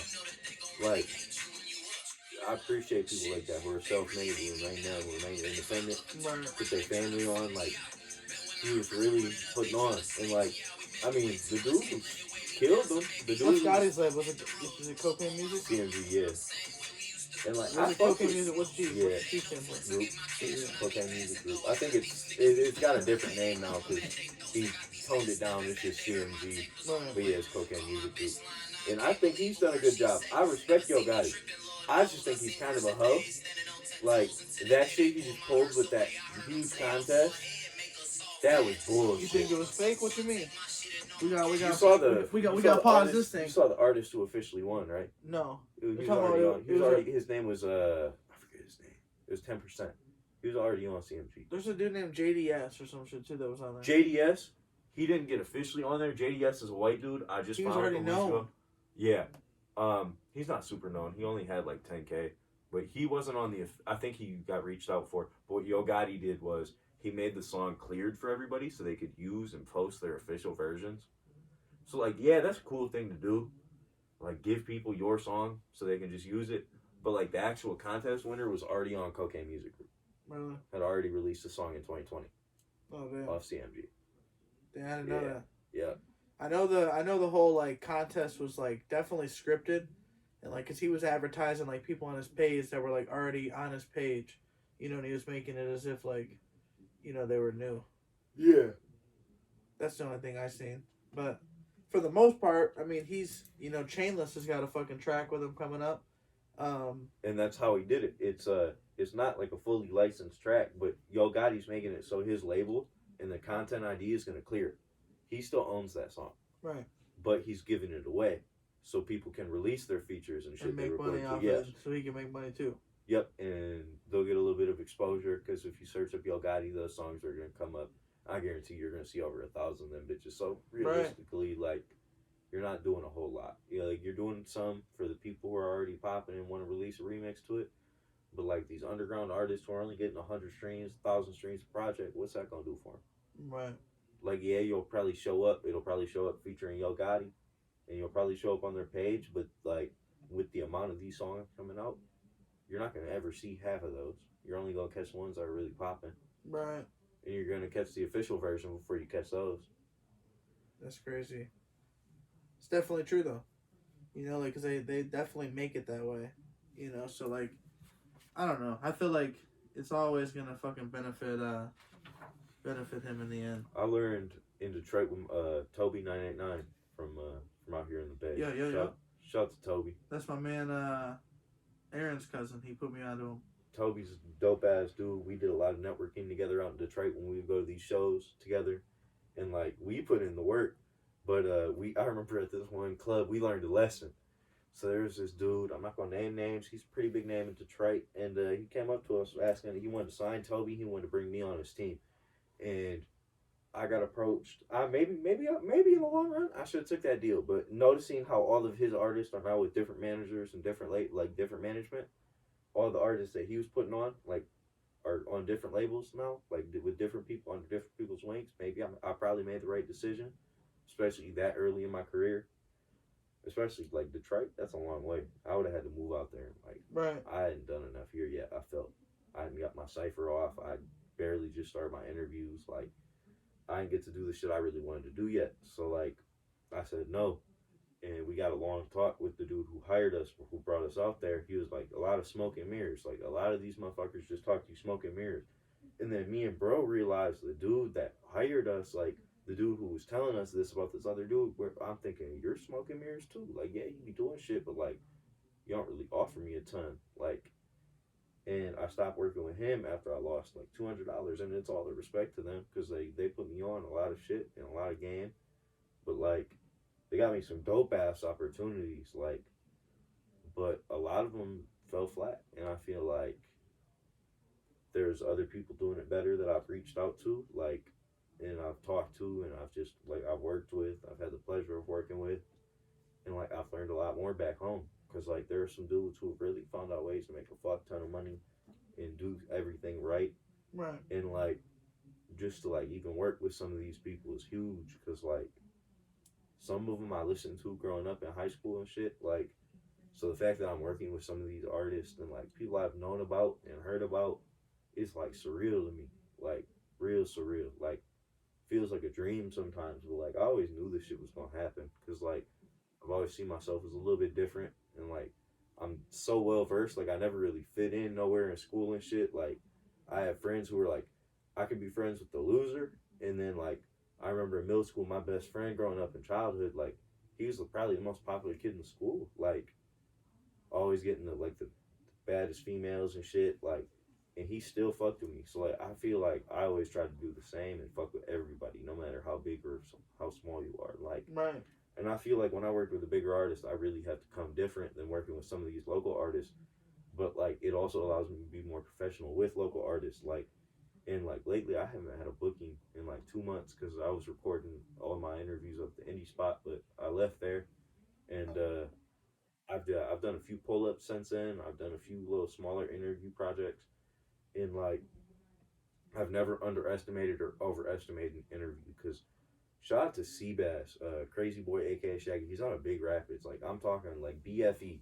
Like, Big out there. Rapids, First State. Yeah, and he lives in like Oh my BFE out there. God. I And got a story for you. I came out there and I recorded. Bitches out there is wild. I came out there and I recorded an interview in a shed, and I didn't know what to expect, and I was blown away. This dude's talking about setting up credit lines for his toddler daughter, and he was putting me on a game I wish my parents knew about. Like, what the fuck? Like, I didn't know you could do some shit like that. He said my daughter's gonna have perfect credit, and then she can get anything she wants by the time she's 18. And he was telling me about assets and liabilities, like shit I already knew, like my basics, but like he was going deep. He was going real deep into some shit. And like I've never, like, I can't underestimate artists now, because like I never know what they're gonna say or not say. Right. Like I've had some artists give me lame answers, and then I've had some people just like blow my mind. Right. Like, damn, like you was really spitting, like you was really preaching. Like I'll just be looking at them like jaw dropped. Like I've had some jaw dropping interviews, like, and like I've caught some crazy shit on camera, and like it's just like I'm grateful to have worked with a lot of these people, because like I've not just focused on Saginaw, even though my name kind of, I know I want to change it, but the dude who owns, I want to change it to Michigan Sound. Yeah. But the dude who owns it won't give me the fucking name. I've offered to buy it from him. I've DM'd him about it multiple times. Oh, he's just got like a random page or something? He makes ambient music, What's that? like just like nature sounds, bro. Sounds like you're killing bats. Yeah, he just makes like nature sounds and Fucking like bastards. like, just give it like- a damn name. yeah, Call I your want shit the that Bat fucking Killer. name. Like Bat Killer you can be music. like Michigan Ambiance, bro. Like I'll come up with a new name and a logo for you if you manage to see this. I'll probably send it to you. And I'll give you the timestamp where I'm saying this. Like I swear to God, Right. I will make you a logo and I will help you rebrand. I just want your name on Instagram, bro. If it's I'm more popping than you will ever be. Like, no offense, bro, but like I need to elevate my platform, and like I don't want to sound a little cocky, which I do, but like I have a reason to be. Yeah. But I've posted songs on my page, and I've posted 30-second snippets that will get more streams than you will ever get in your entire music making career, bro. Just give me the name, please. I'll pay you. I'll do whatever. Like, why don't you make it I've thought about doing it with a Z, but I want that S. I just want those two words perfectly together, like Michigan Sounds. It's just, I can just see it on T-shirts and everything. It just rolls off the tongue better. so than Michigan Z. Sound or Michigan's Michigan Sound? Sounds, like Michigan Sounds is what Or- I want. You don't want to drop the S? Or could it be Uh-uh. Michigan's Or Michigan's hold up, Michigan. Sound? hold up. You know what I'm saying? I'm gonna find his page. I'll show you. Michigan's Sound. Sound. Apostrophe S. Bow bow. You don't No, want to no, give no, it to it's him? We just Michigan taking Sound. Look, and all he it. does Michigan's, is yeah, we're original. doing Michigan's Sound. And He's this doing is, Michigan Sound. and this is the dude that creates it. And all of his pages, I have more followers than all of these combined. He's not caring too much. No, and look, I'll see. You'll find. I'll go down to some of Yeah, his you posts. just got to do the Michigan Sound. Michigan Sound. Michigan Let Sound. me. I'll do it on camera. Keep the Okay. S, just move and add an apostrophe. Yeah. Yeah, but like, bro, I want this name so bad because like I don't have the S anywhere in my name. It's just Saginaw Sound, and I started the And you Saginaw can Sound. separate that shit where it's like Michigan's _sound. But I want it to be just I don't know. one. Yeah, I know. It I just know. flows so better. It does And if I flow. can get this name from this dude, like, and I know he be in the Saginaw Because you're area, not bro. Michigan Sound. You're Michigan's Yeah, Sound. Flex. I don't know. It sounds high. It sounds true. high. But that double S, I don't know. It's great. Double S, you can do some shit with that shit. True. It And leads I mean, to I'm opportunities. already the double S. You know what I'm saying? So I mean, maybe. But like There we go. this Might- dude, I wonder if the DMs are still in my DMs.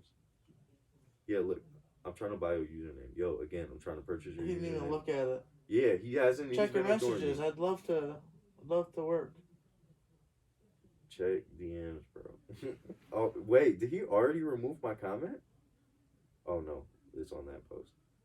Check DMs. I have a business. Oh, don't even say that. Just say check DMs. He'll probably think you're a scammer. Check DMs. Check DMs. Collab. Thank you very much. Thank you. Love your work.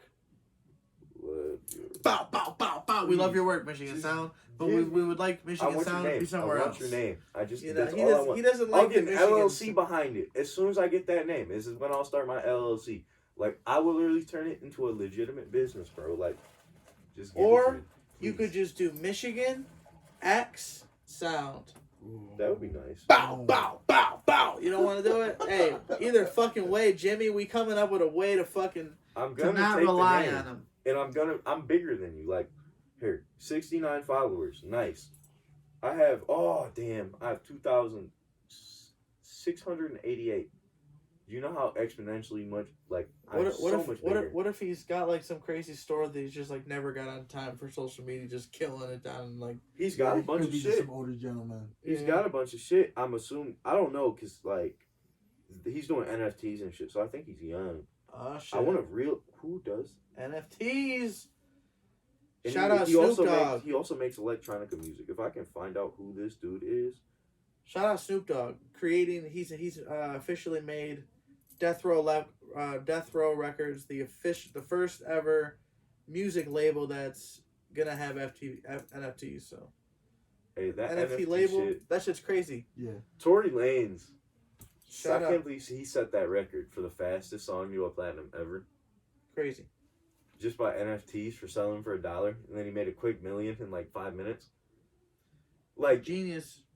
All right, so I got a song you gotta pull up. It's a car alarm beat. You ever heard of it? No. All right, so this is a perfect What's the song? song. It's called the car alarm beat. It's on YouTube. Okay. So it's a perfect song to just freestyle, to do whatever. And I'm gonna start making it like I'm gonna try to make it like a ritual. Where is it? It's by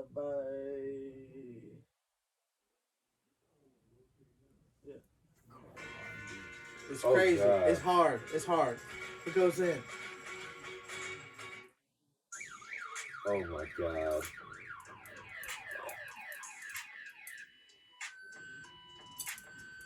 Rico Smith son. Shout out McNass. McNass put me on this one. Oh my god. Yeah, this It is sounds like McNash something. type shit. Ah! I love McNash. Oh my god. He can rap his ass off.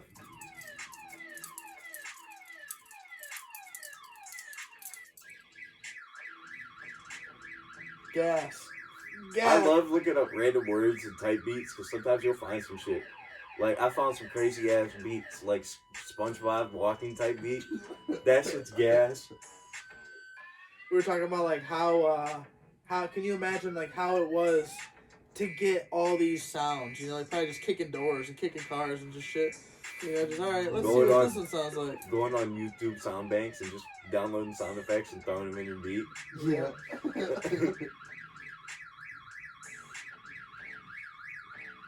This is kind of fire, I'm not even gonna lie. Right. I told him I was like, man, are we? Because we were going in for a minute, and I was like, just rewind it back.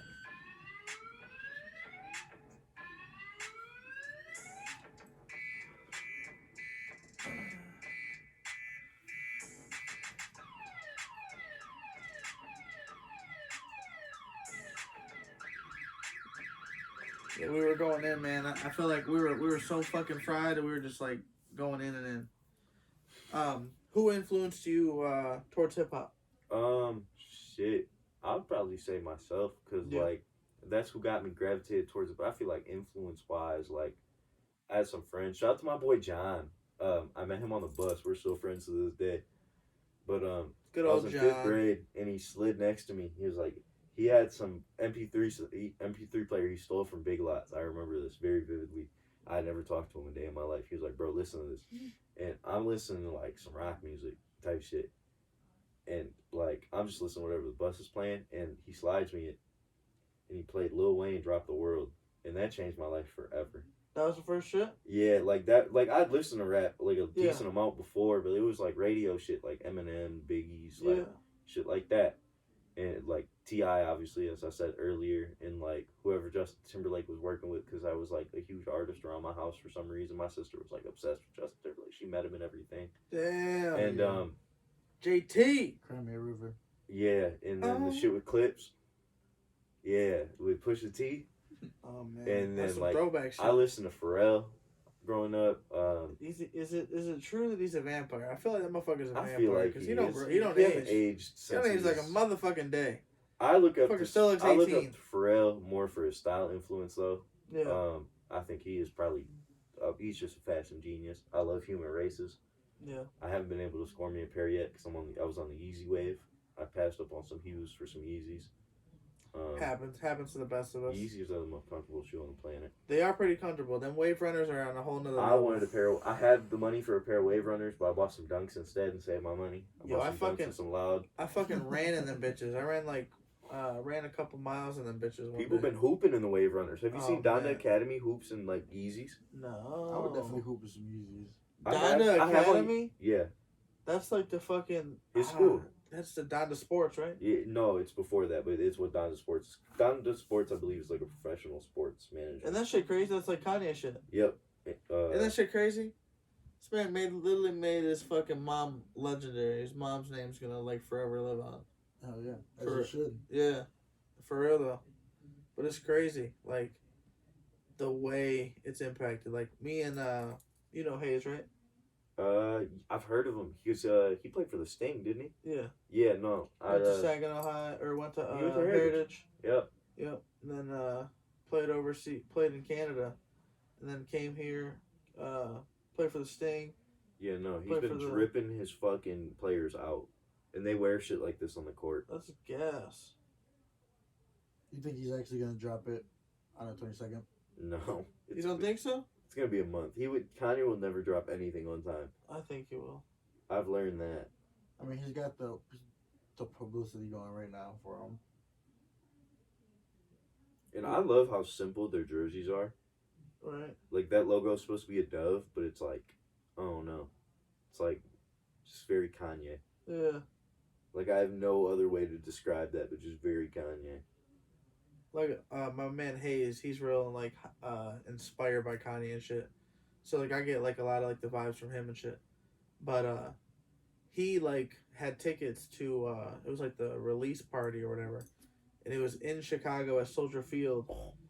And it was like to see him and was like, "Oh my god." He's like, "Hey bro, I got an extra ticket. You want to go?" I'm like, "Fuck yeah, I want to go." Hell yeah. And he's like, "I got one ticket. You can't, I don't know if you're able to get away." I said, "I'm going, bro." Look at what these kids are Got wearing to. on the court. Oh, those are sick. Yeah, they're getting custom colorways and wearing these, and they're not the basketball version. These are the normal. So they're hoop shoes. Yeah, like they're legitimate. Like Donda Academy really actually is wearing this shit. You know they stand behind them shoes, huh? Yeah, You should be risking all types of And fucking injuries. to you're these wearing kids, some drip, like, Got to. right, and it's not just him who's wearing them. They're all wearing them bitches. right. Like, I'm sure, That's like, crazy. I'm sure they're like huge ass Kanye fans too. yeah, You know I what I'm mean, saying? that influence. Yeah, I mean, he went and recruited a bunch of 5-stars and built like a squad. It's lit. Yeah, like that's crazy because I feel like Matter Day kind of fell off. Like a lot of those big high school, like when I was in high school, like they're not as big anymore. Like I don't know what the fuck happened to Shadow Mountain or fucking like a lot of schools like that. Like just kind of fell off after they lost their big NBA stars and like kids wanted to stop going there and start transferring.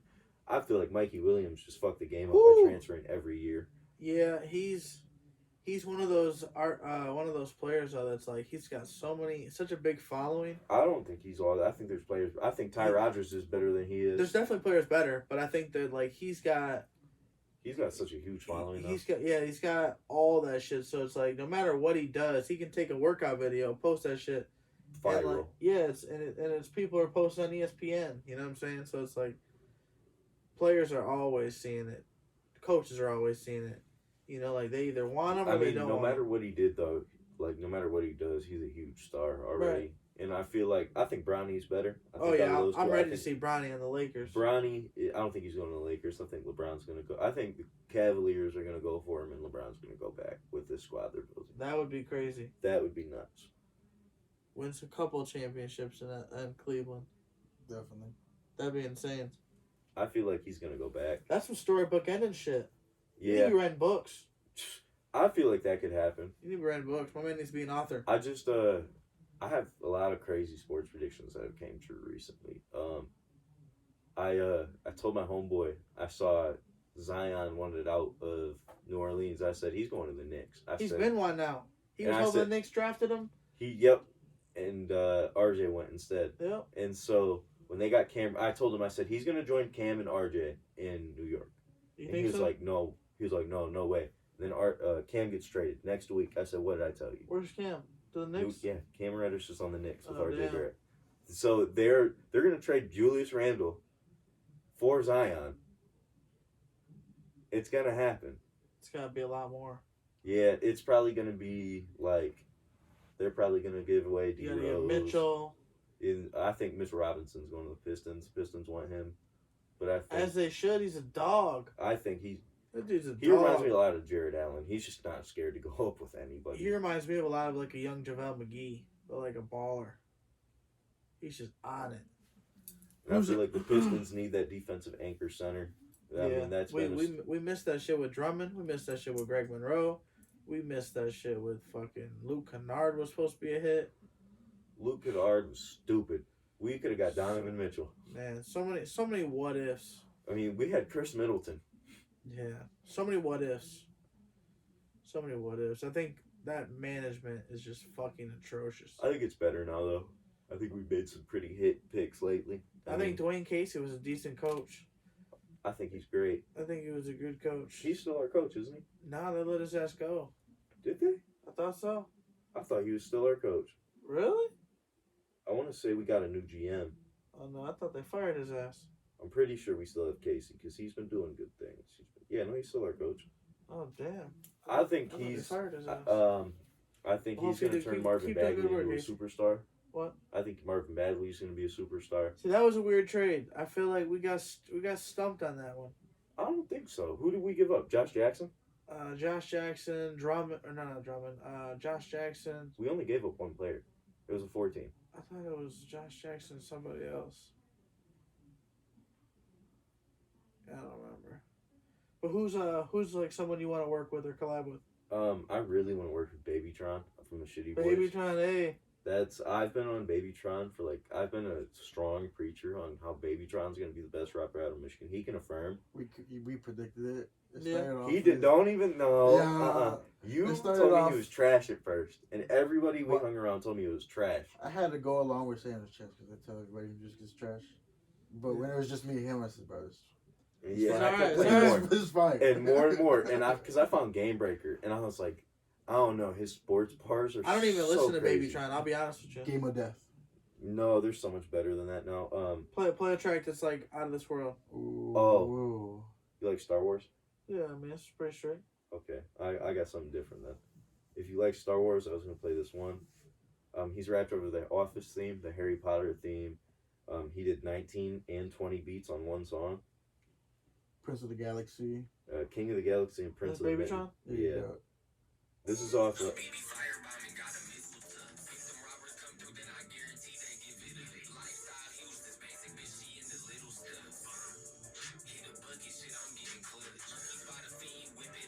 And this is fair use because this ain't even his beat. This is YouTube. This is SoundCloud. This is FMBBZ's beat. I remember I found Pop Smoke early. So did I, because I told you about it. You were like, I already know.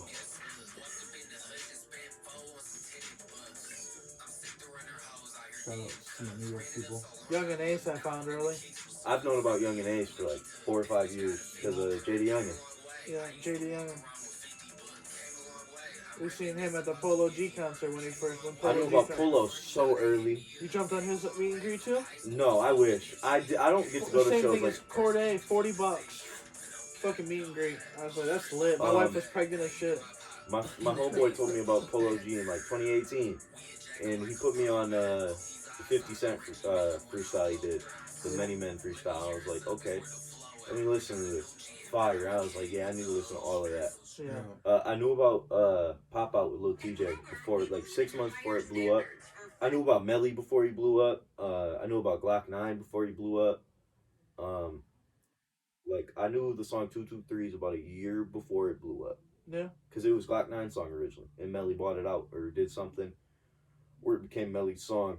But that's a Glock 9 song. It came up on his Christmas mixtape. Yep. Yo. I showed him like a year before that popped out. And then... So the I guess the beat? No, the whole song. It was a collab between them two. It was Melly and Glock 9. Oh. But it was Glock 9 featuring Melly. Okay. And then when it blew up, it was Melly featuring Glock 9. Oh, okay. Yeah, that's crazy. So Glock 9 had it out first. Mm-hmm. It was or maybe he wasn't supposed to drop it. No, it was on his tape, so I'm assuming that was his song. And then it got all the what traction. What if he wasn't supposed to drop it first? What if he was just supposed to keep it on the low until Melly did some shit and he got locked up? Mm. But that song was up when Melly was free. Yeah, you're right. I'm just making this. I'm just saying some shit. But yeah, so can we agree that this Super Bowl halftime was probably the greatest show since Janice Titty? I feel like it was the best show since Prince. Janice Titty was lit. Prince was lit, but Janice Titty was lit. That was a good halftime like, show. I remember seeing that titty on TV. I'm like, God damn, this is not edited or scripted. Straight titty. Nostalgic value. Yeah. Up there all day. And I think Anderson .Paak on the drums was like huge. I don't know. Facts. That was just. I told my sister. To have a Grammy. They have Anderson .Paak on the drums? Yes. I didn't even notice. He was on the drums in the background. Damn, I didn't even notice. Yes, he wasn't singing. He didn't do any of his songs. He was on the drums. He's got a dope ass song with Corday. That's pretty gas. That blew up. RMP. Yeah. I love that song. Yeah. I was on Anderson .Paak real early. He used to release music with this Asian freestyle rapper named Dumbfounded. And he used to go by Breezy Lovejoy back in like 2013. You ever heard of, you know who La Russell is? Uh-uh. La Russell is gas. Let me put you on La Russell. It's like L.A. Russell. Okay. So like La Russell. This dude's nice. You got an iPhone charger? Fucking it's charging the phone. Oh, we almost through. You can get a nice little charge.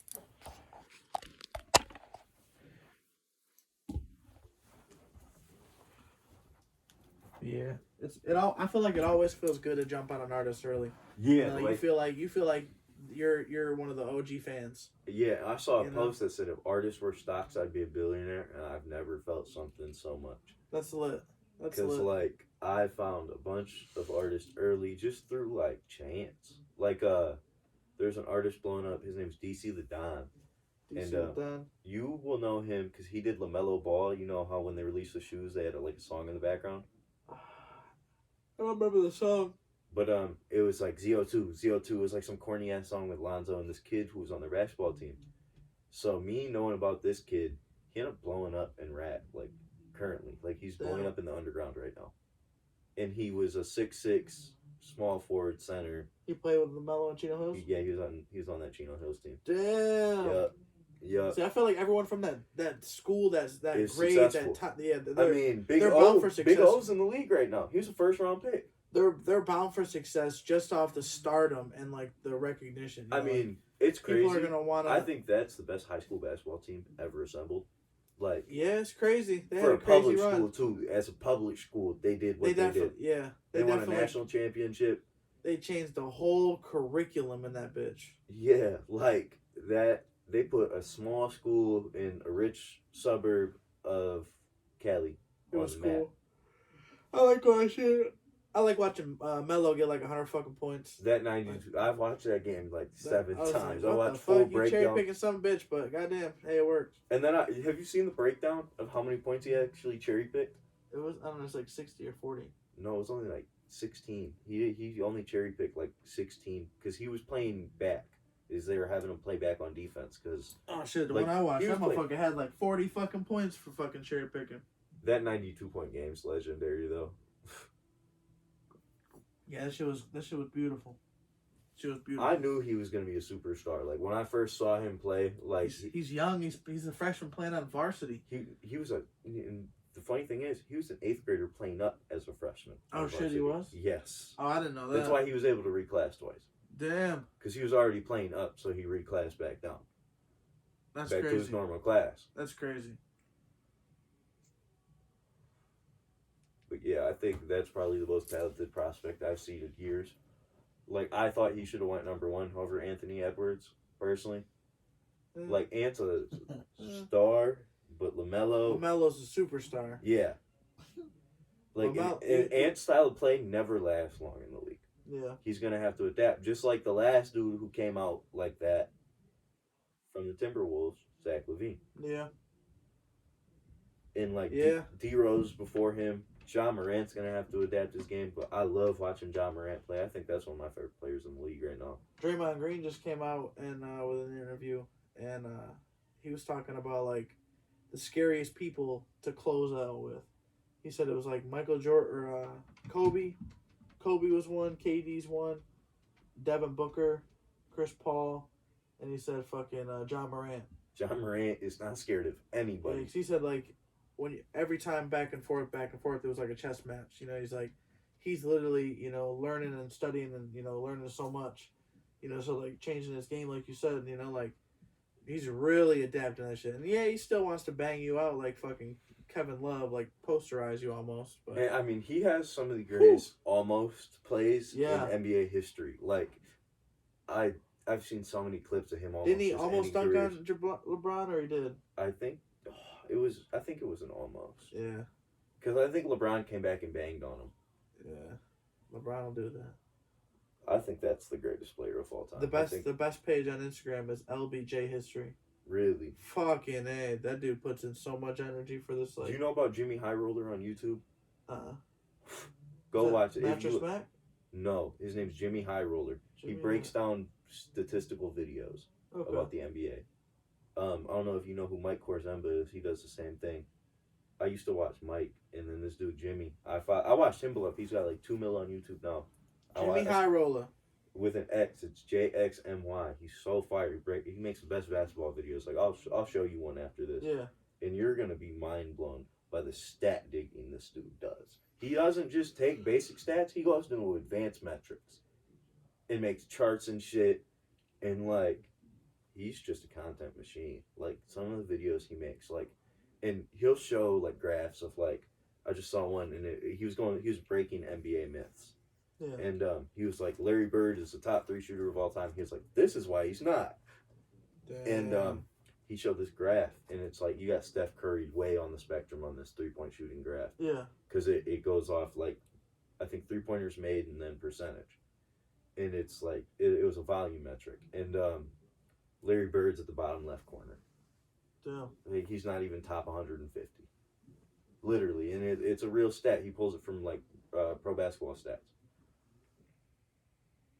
See, this LBJ page, they'll do some shit like crazy dunks on the day or whatever. Say it's like May 9th. Oh, that's fire. And it'll be like crazy plays from May 9th. And it'll be like some crazy shit.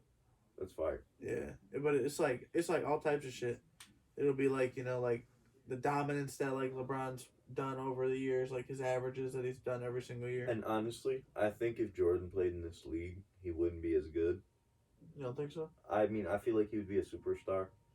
I think he'd be like a smaller KD. I feel like dudes like KD would still continue to reign supreme over him. Because, like, I feel like you put LeBron in the 80s and 90s, LeBron's probably averaging 35 a game. Oh, yeah. He's 6'8" and can dunk from the free throw line damn near. Like a 40 plus inch. He can bully his way. Yeah. And I feel like LeBron, he plays the league in how he flops, and people think LeBron's soft. That man was a 4-star football athlete. Man, if you would like these highlights, bro, like they really like give you that nostalgic feeling where you're like, damn, I remember this motherfucker beating us like 2007. I remember like the takeover of LeBron. Like fuck, like the Pistons' reign is over. Flip Saunders is about to leave. I remember when we lost to the Magic very vividly. When Dwight Howard went to the NBA Finals. Yeah. That And then we lost to the Spurs in the 05? finals. Like, it was, yeah, 06? it's around there. Yeah. I remember, like, watching those games with my Dwight sister. Howard was a motherfucking problem. And I remember watching cause my sister liked the Lakers growing up. Because, I don't know. But, Might have been 02. 03. I think the Magic, because Howard got drafted 04? Because he got Maybe it drafted. was 09. It was a 9-10. It was one of those years. When Yeah. Dwight Howard was probably the best player in the league. That was insane. Superman in over cars. That shit was next level. Yeah, it was. What you think about this Rich the Kid situation? What, with Supportedly- Lyrical Lemonade? Yeah, so like Rich the Kid, he is doing a song with Wheezy. Reached out to Cole Bennett. And Cole Bennett kind of was like, I'm not really interested in doing that shit. Yeah, he said he was selective, and I Yeah. understand. Understandable for sure. He's got bigger artists knocking on his doorstep. I'm sure he gets those type I of think I'm inquiries always all the doing time. Wheezy. I'm doing Wheezy every time. Yeah, but he's got more opportunities to do that. I Yeah. feel like he's already got Wayne, hasn't he? I don't know. I'm sure. I think but it might be more of a Rich the Kid thing, because Rich the Kid ain't really popping like that. not anymore. He's trying to get back out there. Yeah, he's And definitely. I feel trying- like Cole fell out with Dex, because Dex is the tweaker now. Yeah. So, like, I just feel like, You think he's staying away from that crowd? yeah. And, I mean, they didn't really put Lyrical Lemonade on. Like, I knew about them through Lil Uzi, because they did Lil Uzi's live performance. Yeah. Like, they were already popping before they were popping. Little Skies and Yeah, Yeah. like, that's what really put them on. that, like- that Black Rose. I think it was Black Roses. It was Red Roses. Red Roses. Yeah, that song's a classic. Yeah. That's that whole like shit made me like, 'Cause I okay, I found- gotta go see Little Skies. I I seen found him at High Times when High Times was here in Michigan. Yeah. the Cannabis Cut. Yeah, That was lit. yeah. I was over there vending, helping vend. Was it like general admission shit? No, you had to pay. People waited in line for like 2-3 hours to get in. Was there like certain seats or was it kind of like free for all? Yeah, like to see the performance. Yeah. Yeah. It was just like if you wanted to sit. It was more like everybody's at the vending and then they were performing in the background. Oh, okay. Cannabis Cut. We seen him at the Fillmore, I think, with Lil Pump. Hey. Yeah, that shit was gas. That was like when he was like doing that Kanye shit, like fucking get you some new tits, some fucking. Oh man, he was going crazy. The Lil Pump is so fucking funny. Dr. Dre sells fucking Beats brand to Apple for $3 billion. That motherfucker's always making fucking crazy headlines. I thought he Ben did that. No, a couple days ago he finalized everything. Oh, so he okay. I thought Apple already owned it, so it finally just got finalized. Yep. Let's see. We talk about fat shaming, man. We got to stop fat shaming. 50 Cent got fat shamed. Shout out to the fat boys out there. And Shout out yeah, to me. it's You know what I'm saying? it's true, man. You know, like I love a nice XL t-shirt. Nice 2X, you know what I'm saying? I've even fit into a 3X before. You know what I'm saying? But how I look at it is that man looks comfortable. That motherfucker is He's eating off them power checks. Y'all keep watching Power. You're Man. making him fat. That's not fat. That's money. Man. Yeah, that's. he's I don't doing get why well. He's being doing well. fat is like, because like back in the day, that's a status symbol. You're Right. eating good. Right. And I feel like, okay, so what? Bro got a job, had some kids, now he's fat. Like, okay, cool. Like, he's making money. He's living life. He's moving on. You don't got to be a perfectly chiseled, like, street legend anymore. He's already established. Yeah. He's got over 100 million at least. So, like, does he really need to be in perfect shape for y'all? Like, if it... And I saw a tweet and it said if that was Lizzo up there, y'all be like, oh my God, yes, queen. Who? Lizzo. Who's- She's the Trying to fat. think of- She's a fat rapper from Detroit. I'm trying to think of Lizzo. Yeah. I don't know her. She had that song where she was talking about the Minnesota Vikings. Was it Hurt? Truth Hurts? Or, Yeah. I gotta look that shit up. It I was, don't want to play that. I'm not condoning I that. said I'm not playing it. it was in a Netflix show too, a movie. She was like, she was like, I put the sing in single. It was like that annoying ass song. Oh. That's her. She's from Detroit. Oh damn. Yeah. We don't really Damn. claim her though. I've never really noticed her get claimed as a Michigan artist. That's crazy to hear. We was talking about Justin Timberlake earlier. I think Jack Harlow is slowly becoming what Justin Timberlake was. Oh no, I'm all aboard the Jack Harlow hype train. My homeboy tried to put me on Jack Harlow back in 2018. I told him he was trash. Oh And man, then I was on him early too. I don't know. I just Blind didn't vibe with Pig. it. They canceled that shit because of COVID. We had the meet and greet for the 40 ball where we went Corday. So like literally when they said He's meet and finding greet, ways to 40 ball rappers. yeah, bro. Yeah, it's crazy. Yeah, like rappers are literally doing it for like the 40 or $45 for a meet and greet. And that was probably like $200-$300 for all of those dudes you've listed. Yeah, and it's like you're not even meeting Polo G right now. Like that motherfucker's gotten so big, he doesn't need to do that shit no more. And it's crazy, but I'm sure he's probably gonna do some shit like Chicago fucking Music Fest, or he's gonna put on some shit for Chicago. But shit, like you said, it feels good. Feel like you hit some good stocks, and it's just dope memories. Yeah, like You know?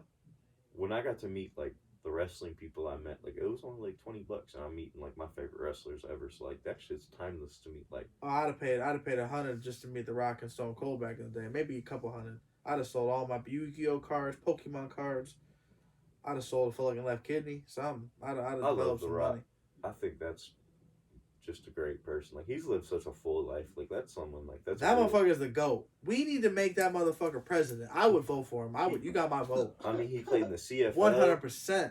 He was on the classic Miami teams with Ray Lewis. Like what? Yeah. Like It's, what? It's crazy to think. The career and the life that he's lived for like from Scorpion King.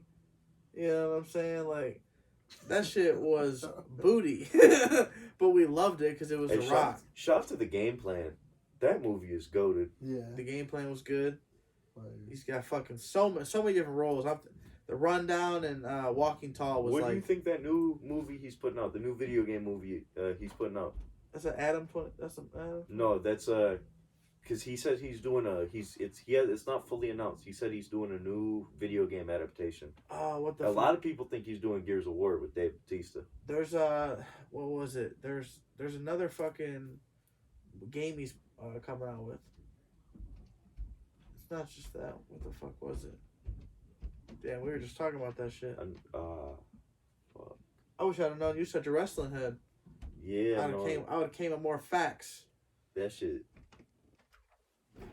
Huge part of my child. I still have like $300-$400 worth of wrestling figures in my house. Oh Like man, my mom throw that shit all the way to the. I made sure mine were kept.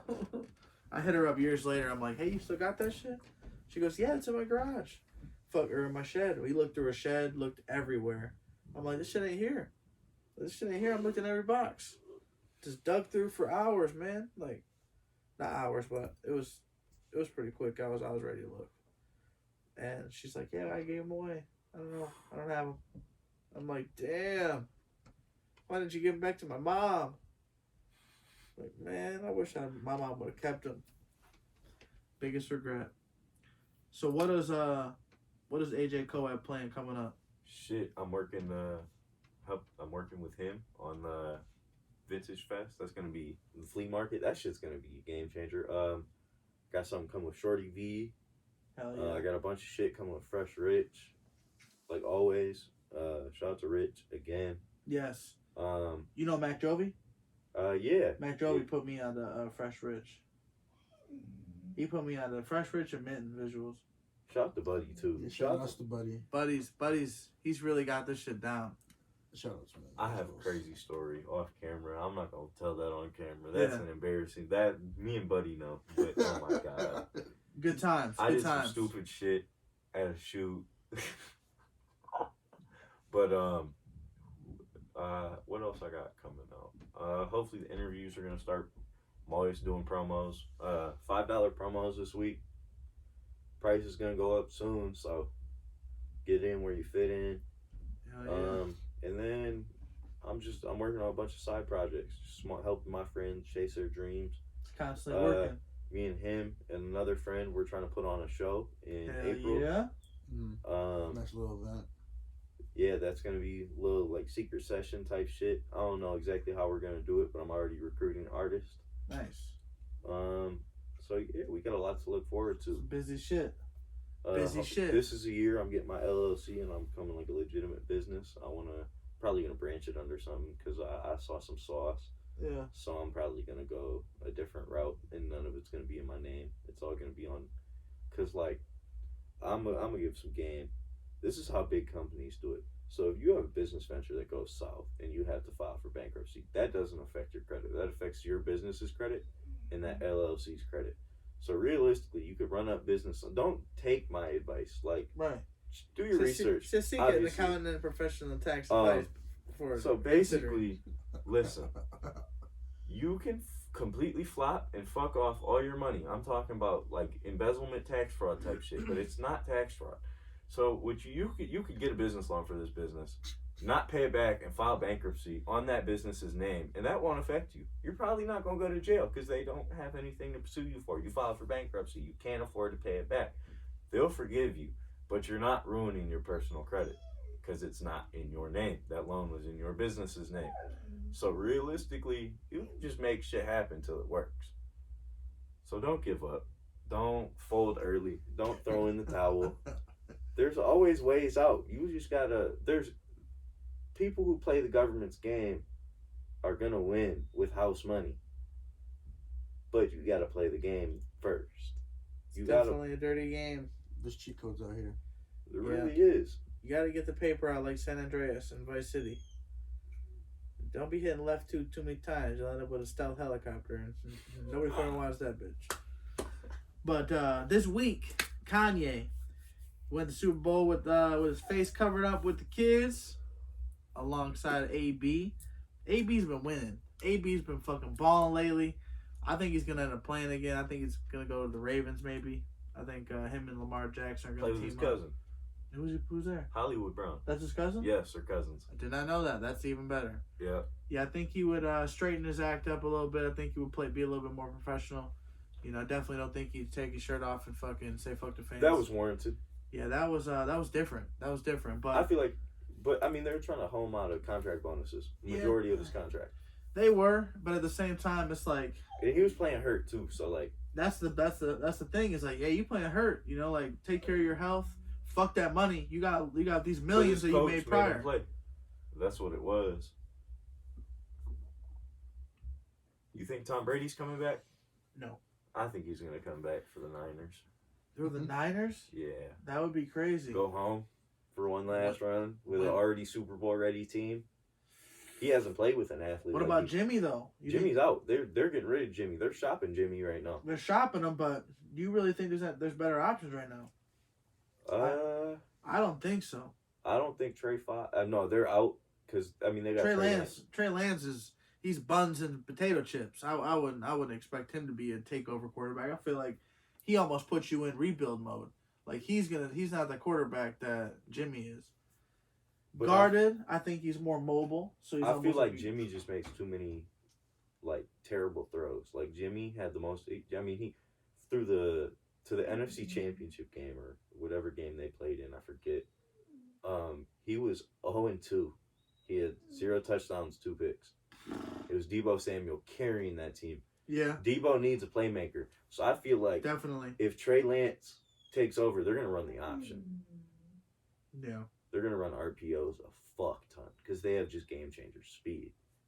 And speed kills. Look, I feel like Trey Lance, he's not bad. I feel like he's more of a Russell Wilson type of player. Yeah, he's got some legs, and he's got a cannon. He's got an arm. So I feel like he could really be a game changer under the right coach. And I mean, I feel like Shanahan's the right coach to build a dude like that. It's crazy to think that fucking him and fucking McVay were on the same roster. And Washington. Really? Yeah. And then, shit, yeah. Wow, that's crazy. McVay was actually reported to want to fucking get out of coaching. Stop coaching and be on TV. Okay, so I think it was 2003, Sean McVay won the Player of the Year in Georgia. Don't talk about that shit. You know who he beat out? I don't fucking care if he beat out Calvin Johnson. Yeah, that's crazy. But I feel like at the same position too. No, it wasn't the same position. I'm pretty sure he was a wide receiver in high school. Sean McVay was. He was a quarterback. Was he? Yeah, but that's the reason why is because like they give more, like you have more of a chance to win with a quarterback. You have the ball in your hands every single fucking time. I swear he was a wide receiver. You're either making a throw, you're running it, or you're handing it off, and something's happening. But either way, you're making the highlight every single time, unless it's like a big running back play. and that motherfucker was running. He was a running back. So, like, imagine you throwing a touchdown, Sean McVay. You running it, Sean McVay. You know, you making a big play, Sean McVay. You know, versus Calvin, he just burning past motherfuckers catching touchdowns. You know, like that's what Calvin does. You know, so like. I mean, you're 6'5". Yeah, so like people overlooked it, but that motherfucker definitely should have went first. Raiders fucked that up. Jamarcus Russell, are you fucking kidding me? Jamarcus? That motherfucker's in I've fucking. always wanted a Jamarcus Russell jersey. What is he doing? Yeah, I definitely had one, but it was too small. What is Jamarcus Russell doing these days? I bet that motherfucker's got some type of fucking. Some ketchup farm in fucking Louisiana. He's doing some weird shit.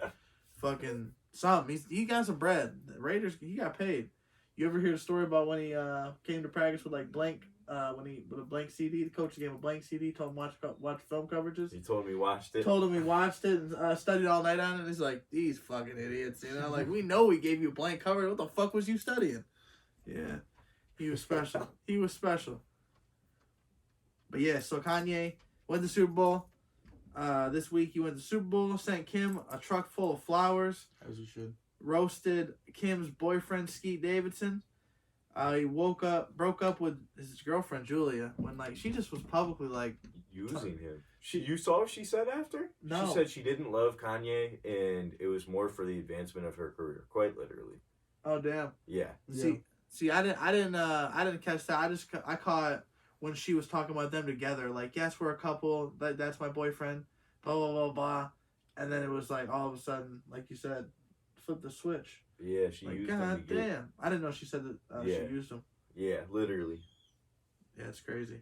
But yeah, she also told Skeet, that was crazy. I think it was like some fucking tweet or some shit, or some post that he made with like him looking a little suspect. But it was like, I think that's what like kind of faltered him posting that shit and saying that he never sees kids. And then he cut off Kid Cudi. That's where I'm just like, what the fuck is going on with Kid Cudi? Why are you cutting him off? That's crazy. You have anything to say? I think Cudi was in the right. I don't know, man. Kanye was coming at him crazy for no reason. How was he coming at him? He should have just stuck by his boy and be like, oh, my bad for it. With the ops. Yeah. Yeah, he should have told me. I mean, I think he went too far with the tweet. Like, I was the best on your albums. He was, though. He was always a high point. Who? Kid Cudi said he was one of the best parts of Kanye's albums, especially the last few.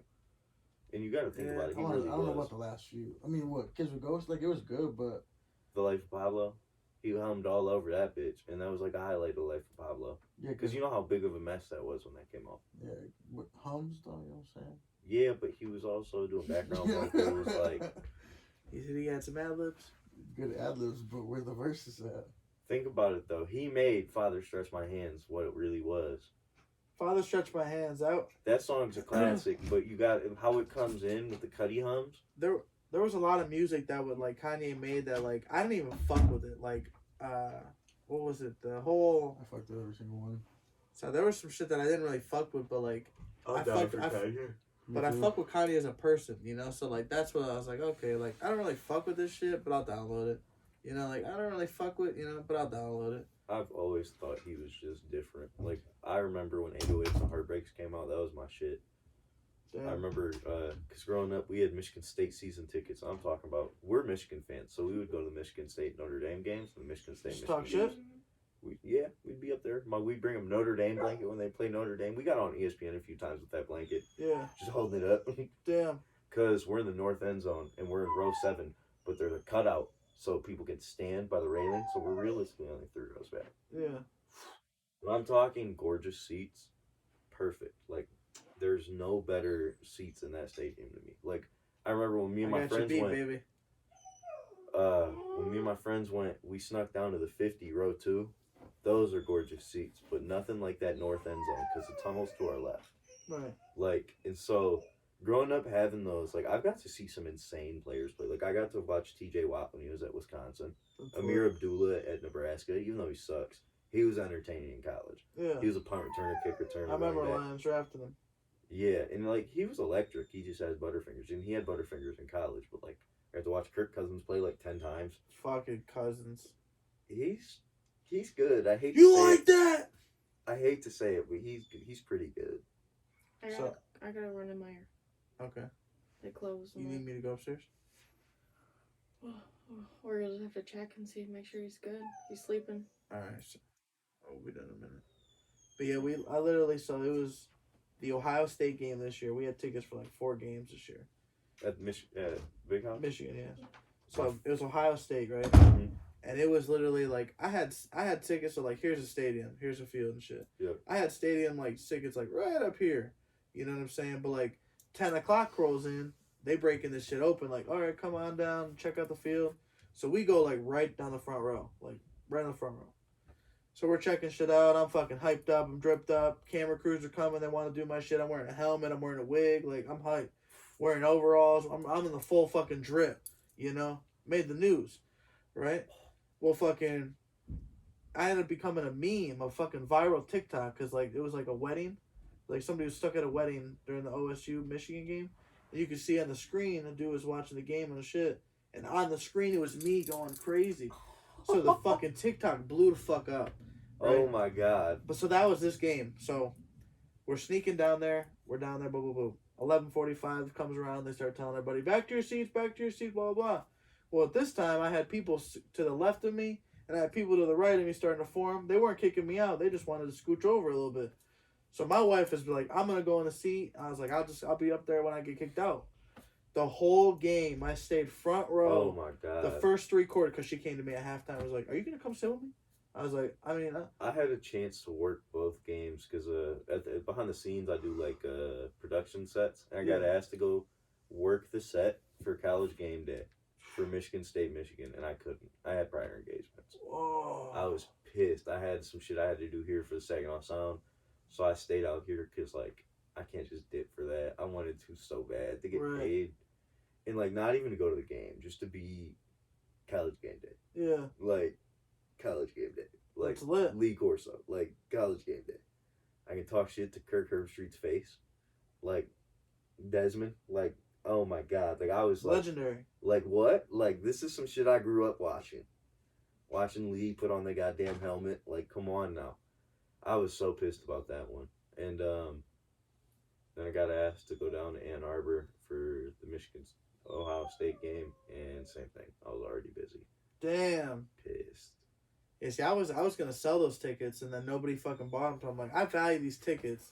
Even though I paid $110 a pop. Woo! I value these tickets. That's lower than retail. Yeah, I got plugged in. Fuck. Oh, yeah.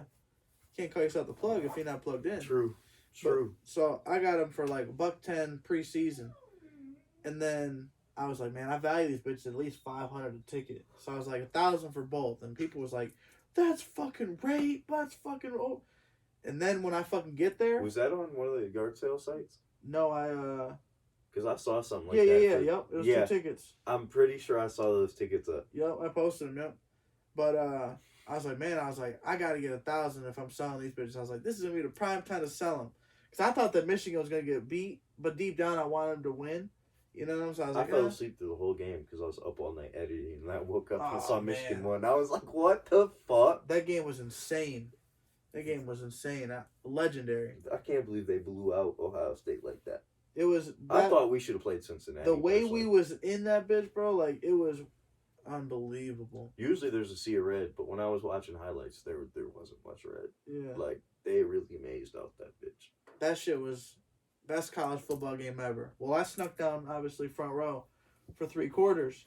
And then I went to enjoy my wife, the bullshit 4th quarter with the not lousy nosebleeds. Garbage time. Yeah, so I missed the storming of the field. I missed all types of shit. It was just upsetting. My first time going to the big house, I just turned 18, and my grandma died. And we were going to go, me and my dad, we were going to go to when Indiana upset Michigan State 2019, we were going to go to that game, which went to like 2 OTs, but we didn't.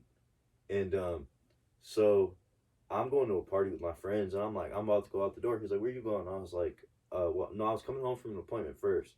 And I was about to leave right after. He was like, where are you going? I was like, going to James's house. He was like, nah. He was like, I gotta take you somewhere. I'm like, where are we going, bro?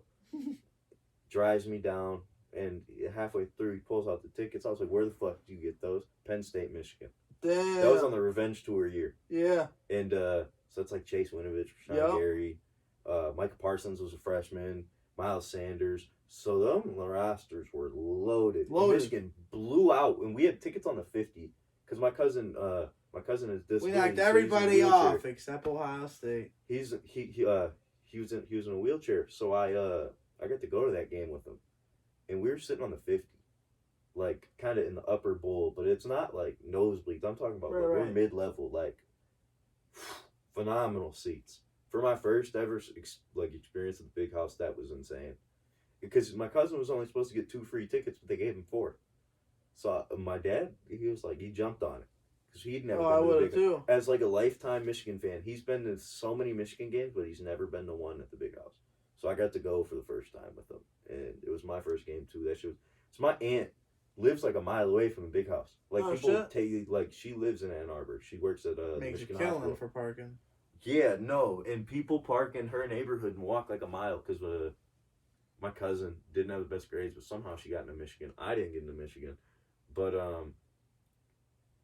she goes there and like she's at all the games. So I don't know how we got those tickets, but like that was an experience. Just to go for free too, like that shit was insane. And to watch that team play, like it was.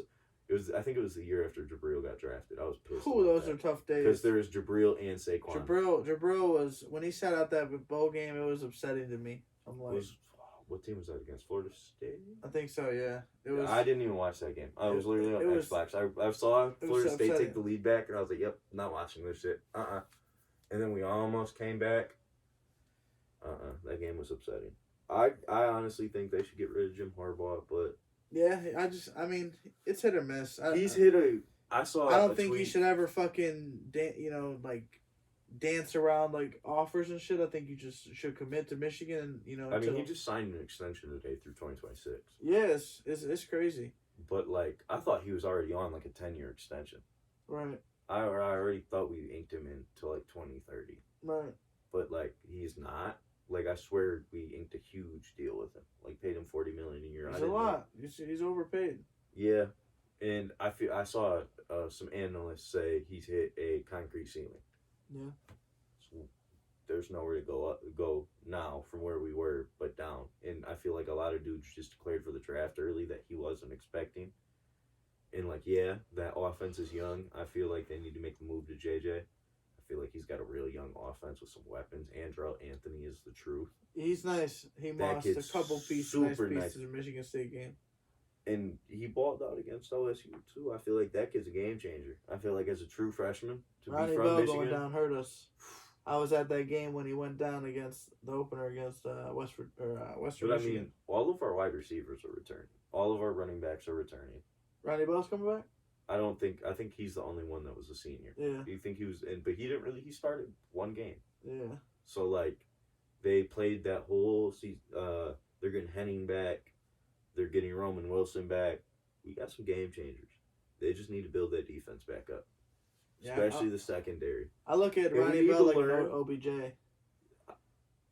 I think Andrew Anthony is going to be the star out of that wide receiver class. I just have a very good feeling about You don't him. wear number 1 unless you're a stud. Yeah, and as a true freshman to be wearing number 1? Yeah, like if you read that book of Braylon's, Mm-mm. yeah, it's crazy. That's a good ass book. It literally breaks down like Michigan history, Michigan culture, like why he chose number 1, like how hard it was to get number 1, like. As a true freshman, I mean, as a Michigan-born true freshman, to wear that number 1 is huge. Yeah. Shit, before we close out, got a couple songs to play for you. Can't Be Saved by Gifted. Hand me my phone. Chauncey.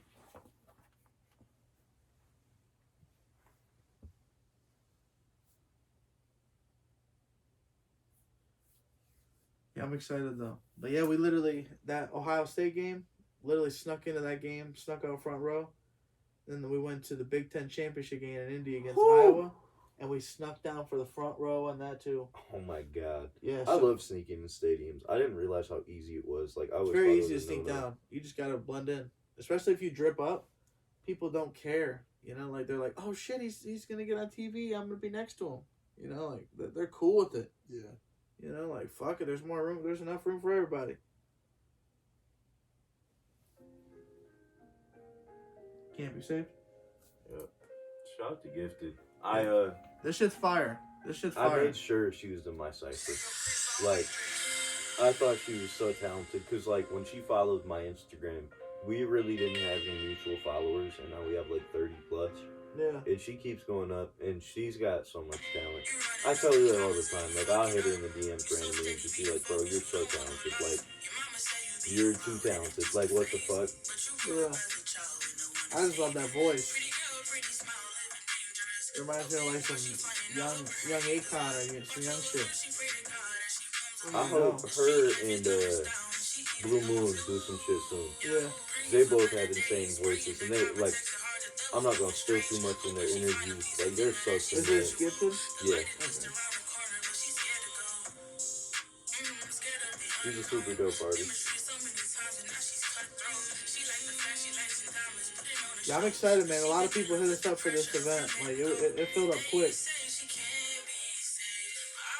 I was like, shit, how many sets can I do? Let's see, 11 to 7, 15-minute sets. I would have get involved almost immediately because I saw like half of my cipher was involved. I was like, yeah, I need parts of this. Hell yeah. That's why I hit you up because I was like, that is so dope. Like, it's a lot of their first shows. Like, obviously, like, dudes like McNash have done so many shows. He's really, like, speaking of McNash, he's really, like, the first artist that, like, really, like, was like, man, I love what the fuck you're doing. Let's. Yeah, I saw him. He's like been working with you for the longest, and I was just, I don't know why I never just hit you up, because like I was watching your page and then I followed it late. Like I don't know why. I was just like, I've known about you for a minute. Yeah. Because like the whole Jersey shit, like I was like, oh my god, like that was like I was looking at some of the shit you would post. And I'd be like, bro, what the fuck? Like how? There's some crazy like shit. where are you finding like near dead stock jerseys of the most irrelevant players on the planet, and I need parts. Like I need parts in that. Like that is shit I just like adore. Like I don't know why the name Ronnie Turioff just popped in my head randomly. Like I think about shit like that Ronnie all the Turioff. I think about shit like that all the fucking time. Like I play a lot of like Ultimate Team and like my team on 2K. You'll find a lot of random players that way. Yeah, and like I have such a knowledge from playing shit like that. Like I played the first Ultimate Team when that came out in like 2012. Like I don't remember exactly what Madden it was, but like yeah, Richard Sherman, I think. I've been playing some ridiculous like I've been playing that shit since I was a kid. So like I know random players like who I was like I don't know, just like they were cold in a video game but weren't cold in real life. Like Hito Turkoglu. Oh my god. So nasty in 2K. He was nice.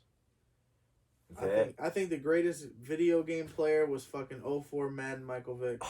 that was my first Madden.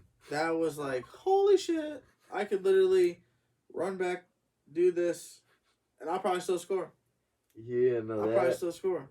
Mike Vick in that game was a game changer. That was like, whoa, this is Back unreal. when Madden was good. Go buy Madden, get Madden 04, play that shit. I'm gonna put y'all on game. Go get PlayStation 2. Go get NFL 2K6 and thank me later. 2K6 is good. That's what T.O.? No, it's 2K5. Yeah. It was one of those two. First person football. That was like the first one where you could like go off sides. You could literally like hike and then tag them. Hike, tackle them. In that game's graphics to this day, like the animations are so fucking perfect. Yeah, they put a lot of time. And like first person football is a concept we haven't seen since 2005. It's crazy. And it was done so well. So well. 2K5 with T.O.'s catching the pass like this. Yeah, I was legendary. My friend has a copy of it, so I was like, bro, I got a PlayStation 2 here. Can I borrow that shit? Yeah, that was one of them games where I played the shit out of. I was 12 years old playing that shit. Hype as fuck. Too hype. A game my friends always had, but I was always a Madden kid. My parents would always give me Madden, so like I played it at friends' houses growing up, and that game was always just astonishing. Dominated. I was just like, holy fuck! Like I love that game compared to Madden. Like EA needs to give up the rights to the sport, like to the football. Like they need to compete with 2K because I feel like 2K would do that shit so perfect. It's that shit. That shit's intense. Like that shit was nuts. Sounds like we need to get a Madden tournament in there. If it was NCAA, I would do it. NCAA, man, I haven't played that in a minute, but I'm sure it's the same shit. Same shit as always. Yeah. Play a couple games, you ready. But yeah, man, without further ado, I want to thank you for coming through. You know, we got a lot to talk about. We could get this bitch going on and on and on, you know, but hey, we gotta save some content for y'all. So episode 62, FGP Feelin Good Podcast, the podcast your brain wants. We got Saginaw Sound in the building. We got my man Maui on the cut. Hey, thank you for coming through. Of course. Make sure you go follow, run that shit up. I'm gonna drop all the fucking pages. They're doing a giveaway right now. So make sure you go enter that shit. I made sure I'm entered. Make sure you go do the same shit. I love seeing the trend that, you know, like, I think the McNass was like the first one where it was like, follow these pages, you know? Yeah. And I was like, damn, that's genius. And I had already planned a giveaway for my 1 year. I just didn't know what I was going to do. I saw McNass do that. I was like, I can do the same thing. Yeah. And I know some people who would give me some shit. Yeah. So I hit up some people, and they're like more than happy. Like Blue Moon was one of the first people. She was like, I'll give away a feature. And like, I thought that was just, and everyone else, after she said that, everyone else was like, I'll do this, I'll do that, I'll do this, I'll do that. And they kept raising the stakes. I'm just watching it go, and I'm just like, wow. And shout out to my boy Gage. I hit him up, and he threw a beat in, and he's pretty big. Like, he charges. His beats are expensive. Like, if you're not, like, balling like that, don't buy a beat from Gage. Right. But if you got money and you're cold, go do his beats some justice. My man's is nasty. He's from the nasty place of Ohio. But shout out to my boy. He's a Michigander at heart. So McNass and him need to get together. He was just in Cincinnati recently. Yeah, he's up in Detroit now, but he came to the studio one time and he was telling me his story, and he was an inspirational ass person. Like, shout out to bro. Like, he knows. Like, he's real as fuck too. Like, he came up here. They started showing him love. He got put on pretty well. He's doing good. I'm proud of him, bro. Like, That's awesome. That's how it should be though. Like, it shouldn't be. You shouldn't have to like tell motherfuckers, you know, to subscribe, to tap in. Like, it should just be like one of them things where it's like, hey, you see this is what I'm doing. You see I'm on YouTube. You see that I'm trying to get the views up. You don't have to watch every video. You don't have to fucking comment on every video. Yeah. Just make sure you do that first step. Just subscribe to my channel so we can at least get that shit straight. Okay, now, hey, you want to support? You can support, but you've already done enough. You know what I'm saying? Like, I'm gonna have a ton of others that are gonna engage in, you know, in other ways, but at least let me know that you supporting from the jump by just subscribing. You know, because I feel like if we, like I was saying before, like, everybody has that inner circle, or everybody knows at least 1,000 people. So you got Facebook. Yeah. You know what I'm saying? Everybody's got 1,000 friends. You know, or 1,100. You know, so all these people, they've watched a YouTube video, and it's like usually it comes to like that point where like they don't want to set up YouTube. They don't want to like finish the setting because they probably already have an account. Well, they're probably watching through like the Facebook link, so they're not even logged in on that. Yeah, they're not logged in, but it's like you just got logged log in on the app. All you gotta do is hit open app. Yeah. And hit subscribe. Like, I make sure to do that. Like, when I see people's videos come up, like, sometimes I forget. I'm not even gonna lie. Sometimes I'm bad at that. I smoke a lot, so it happens. But it does like, happen. Man, it's time I'm trying to to for another blunt when we go upstairs. No, that's what I'm saying. But yeah, it's one of them things. Episode 62. Like I said, make sure you go follow. Make sure you go enter the giveaway. Make sure you go tap the fuck in. Illinois Vintage, or not Illinois Vintage Fest, but yeah, Illinois Vintage Fest is this Saturday and Sunday. So catch us at the Good Vibes in Wheaton, Illinois. We'll be there Friday, Saturday, and Sunday. So definitely excited. Gonna hit some Goodwills and shit on the way up.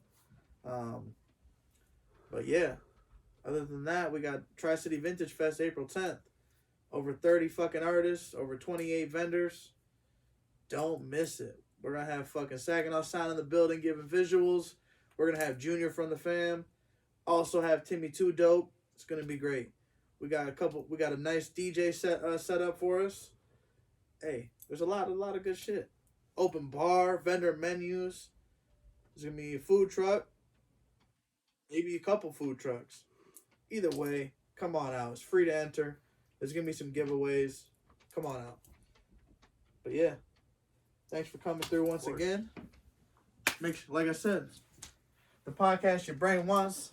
Peace and booty grease. Saginaw Sound. We in the building. Episode 62. Bow.